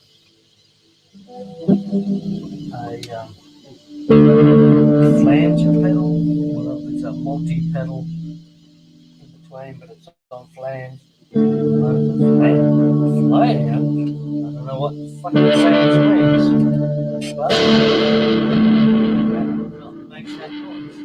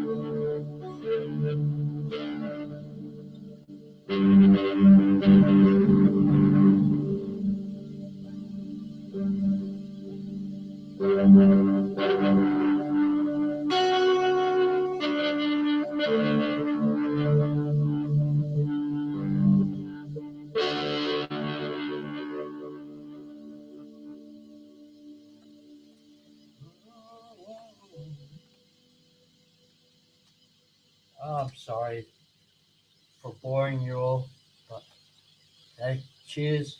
Thanks. Thank you all for being here. I'm playing the same old stupid music over and over again. I'm sorry.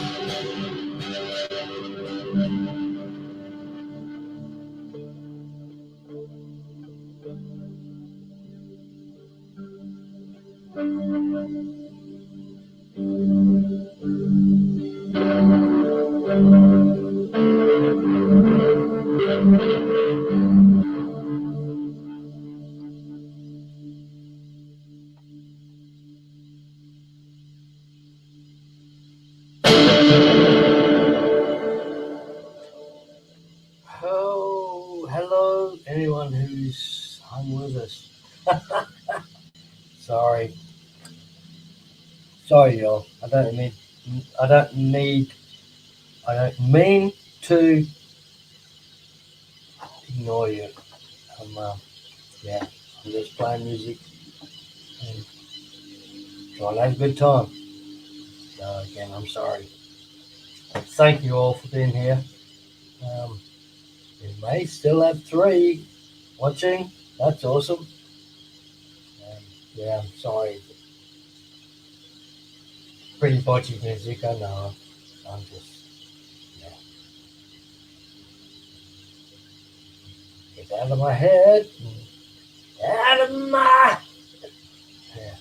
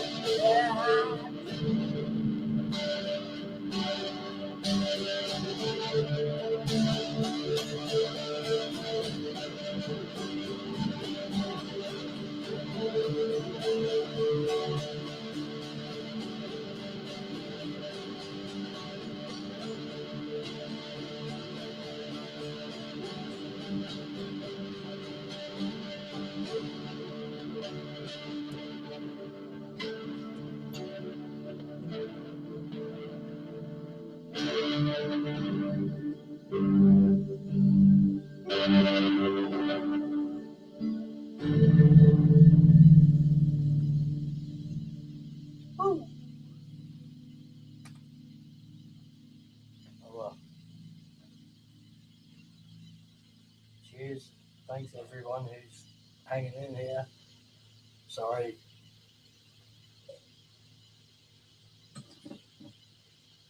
Sorry for my podgy guitar playing, and I'm not trying to ignore you in the chat. Not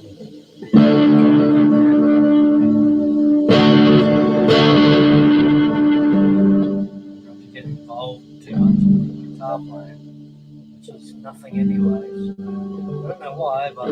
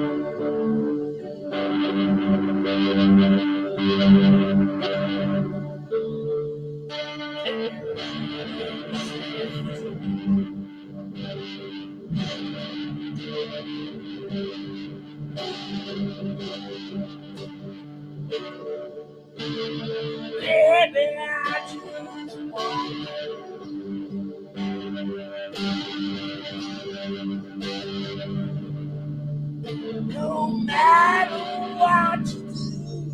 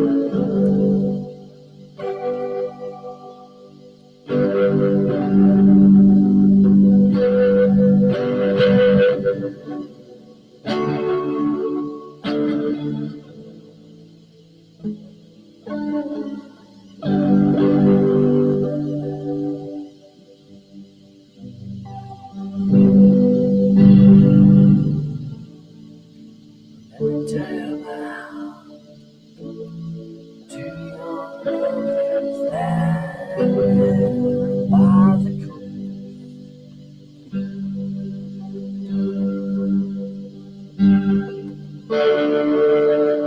She was such a pretty thing. Old man, what a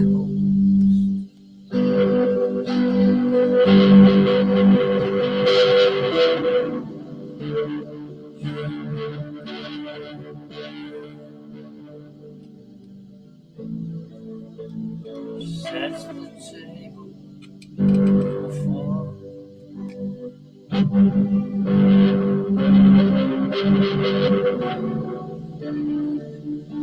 friends are coming round tonight. He's out on the town trying to score. Oh, not you.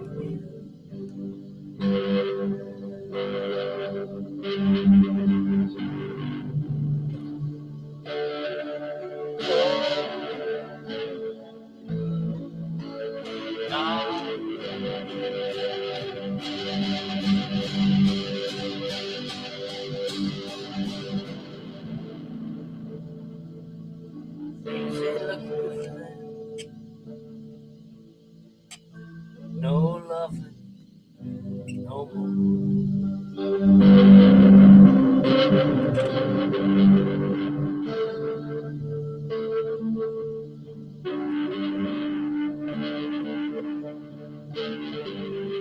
Oh no, lost it.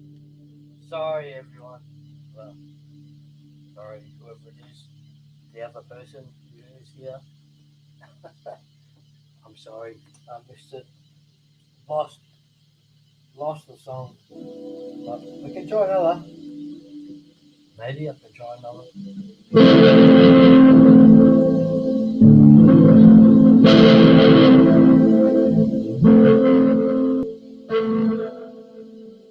Oh yeah.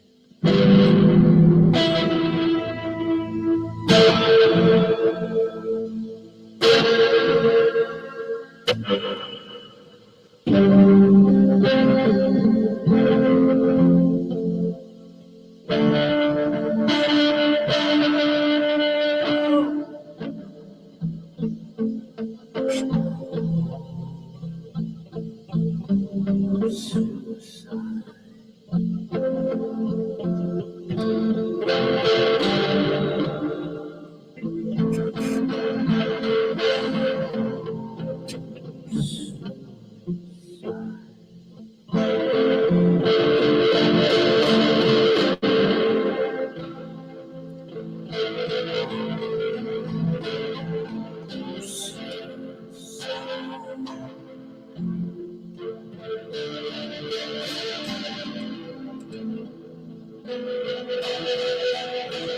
Oh, suicide.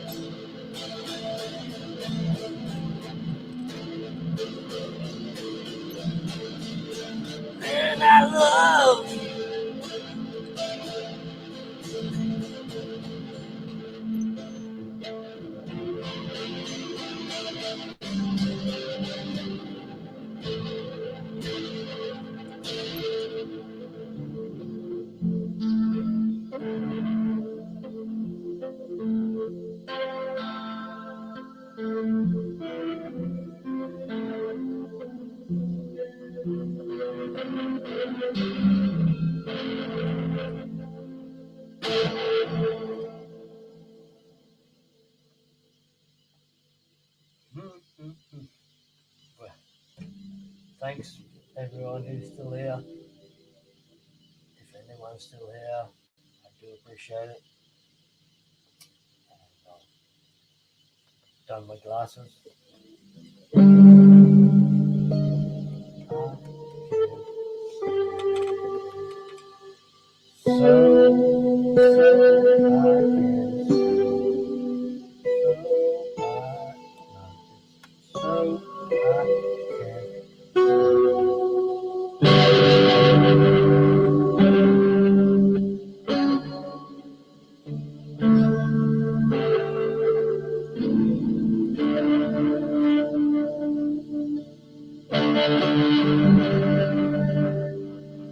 Come on.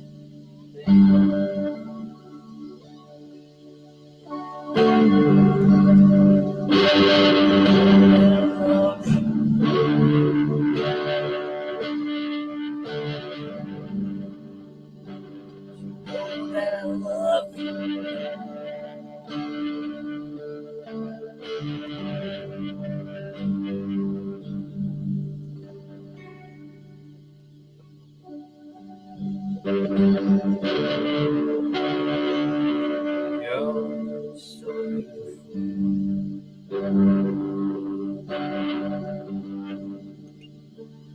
Storms heart of mine.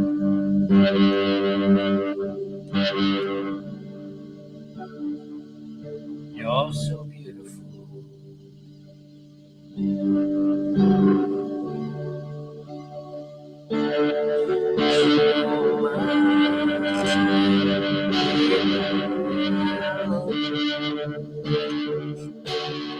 Yes, I love you. Yeah, I love you.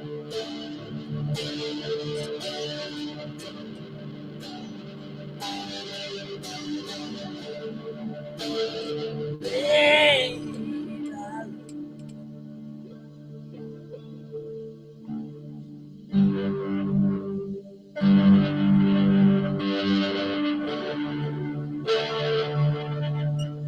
I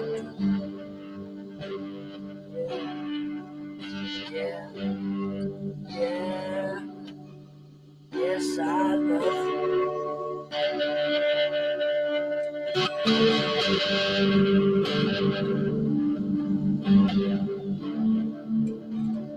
Yes, I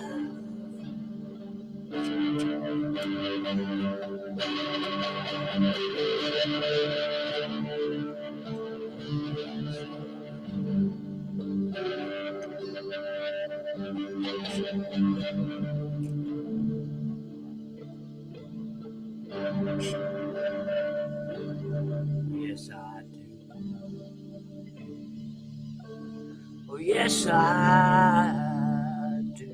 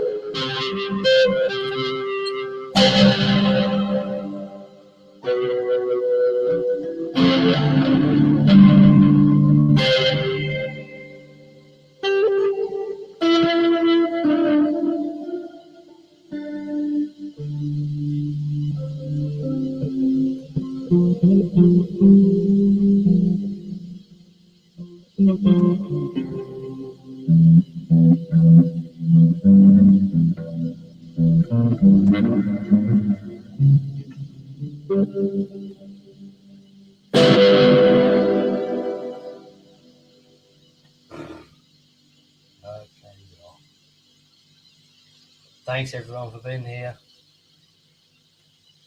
Thank you all. You're doing real well hanging with me for this long. Whoever it is, they miss you all. They're missing you.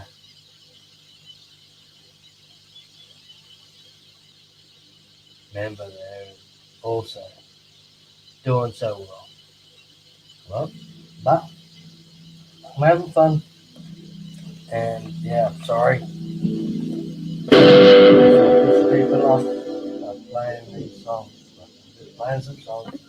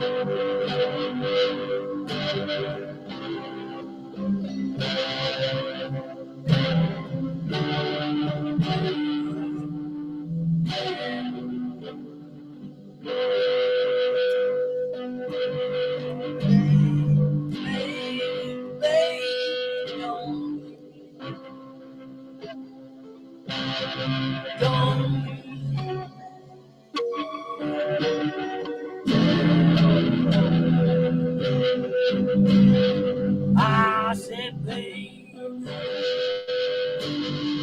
baby, baby, don't you leave me alone. I said, baby,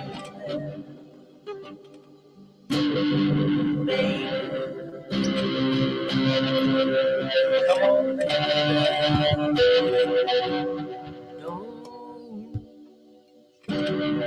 don't you leave me alone.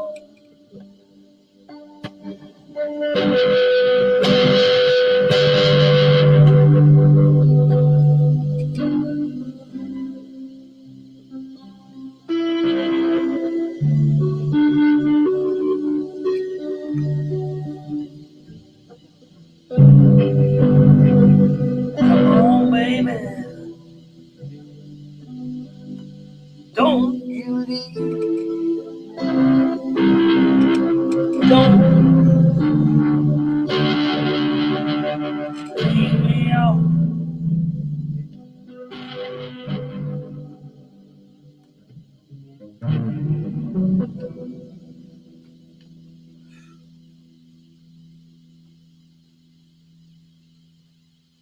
Hello, anyone?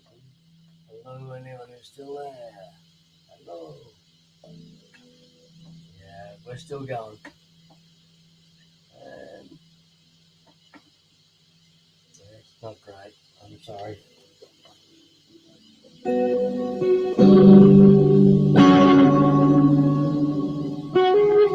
Oh, uh-oh. My thing's looks like my camera's starting to die. Alright. Thanks everyone. I'm gonna have to close it down. It looks like camera's dying big time. Thanks everyone for being here. See you all. Good night. Take care.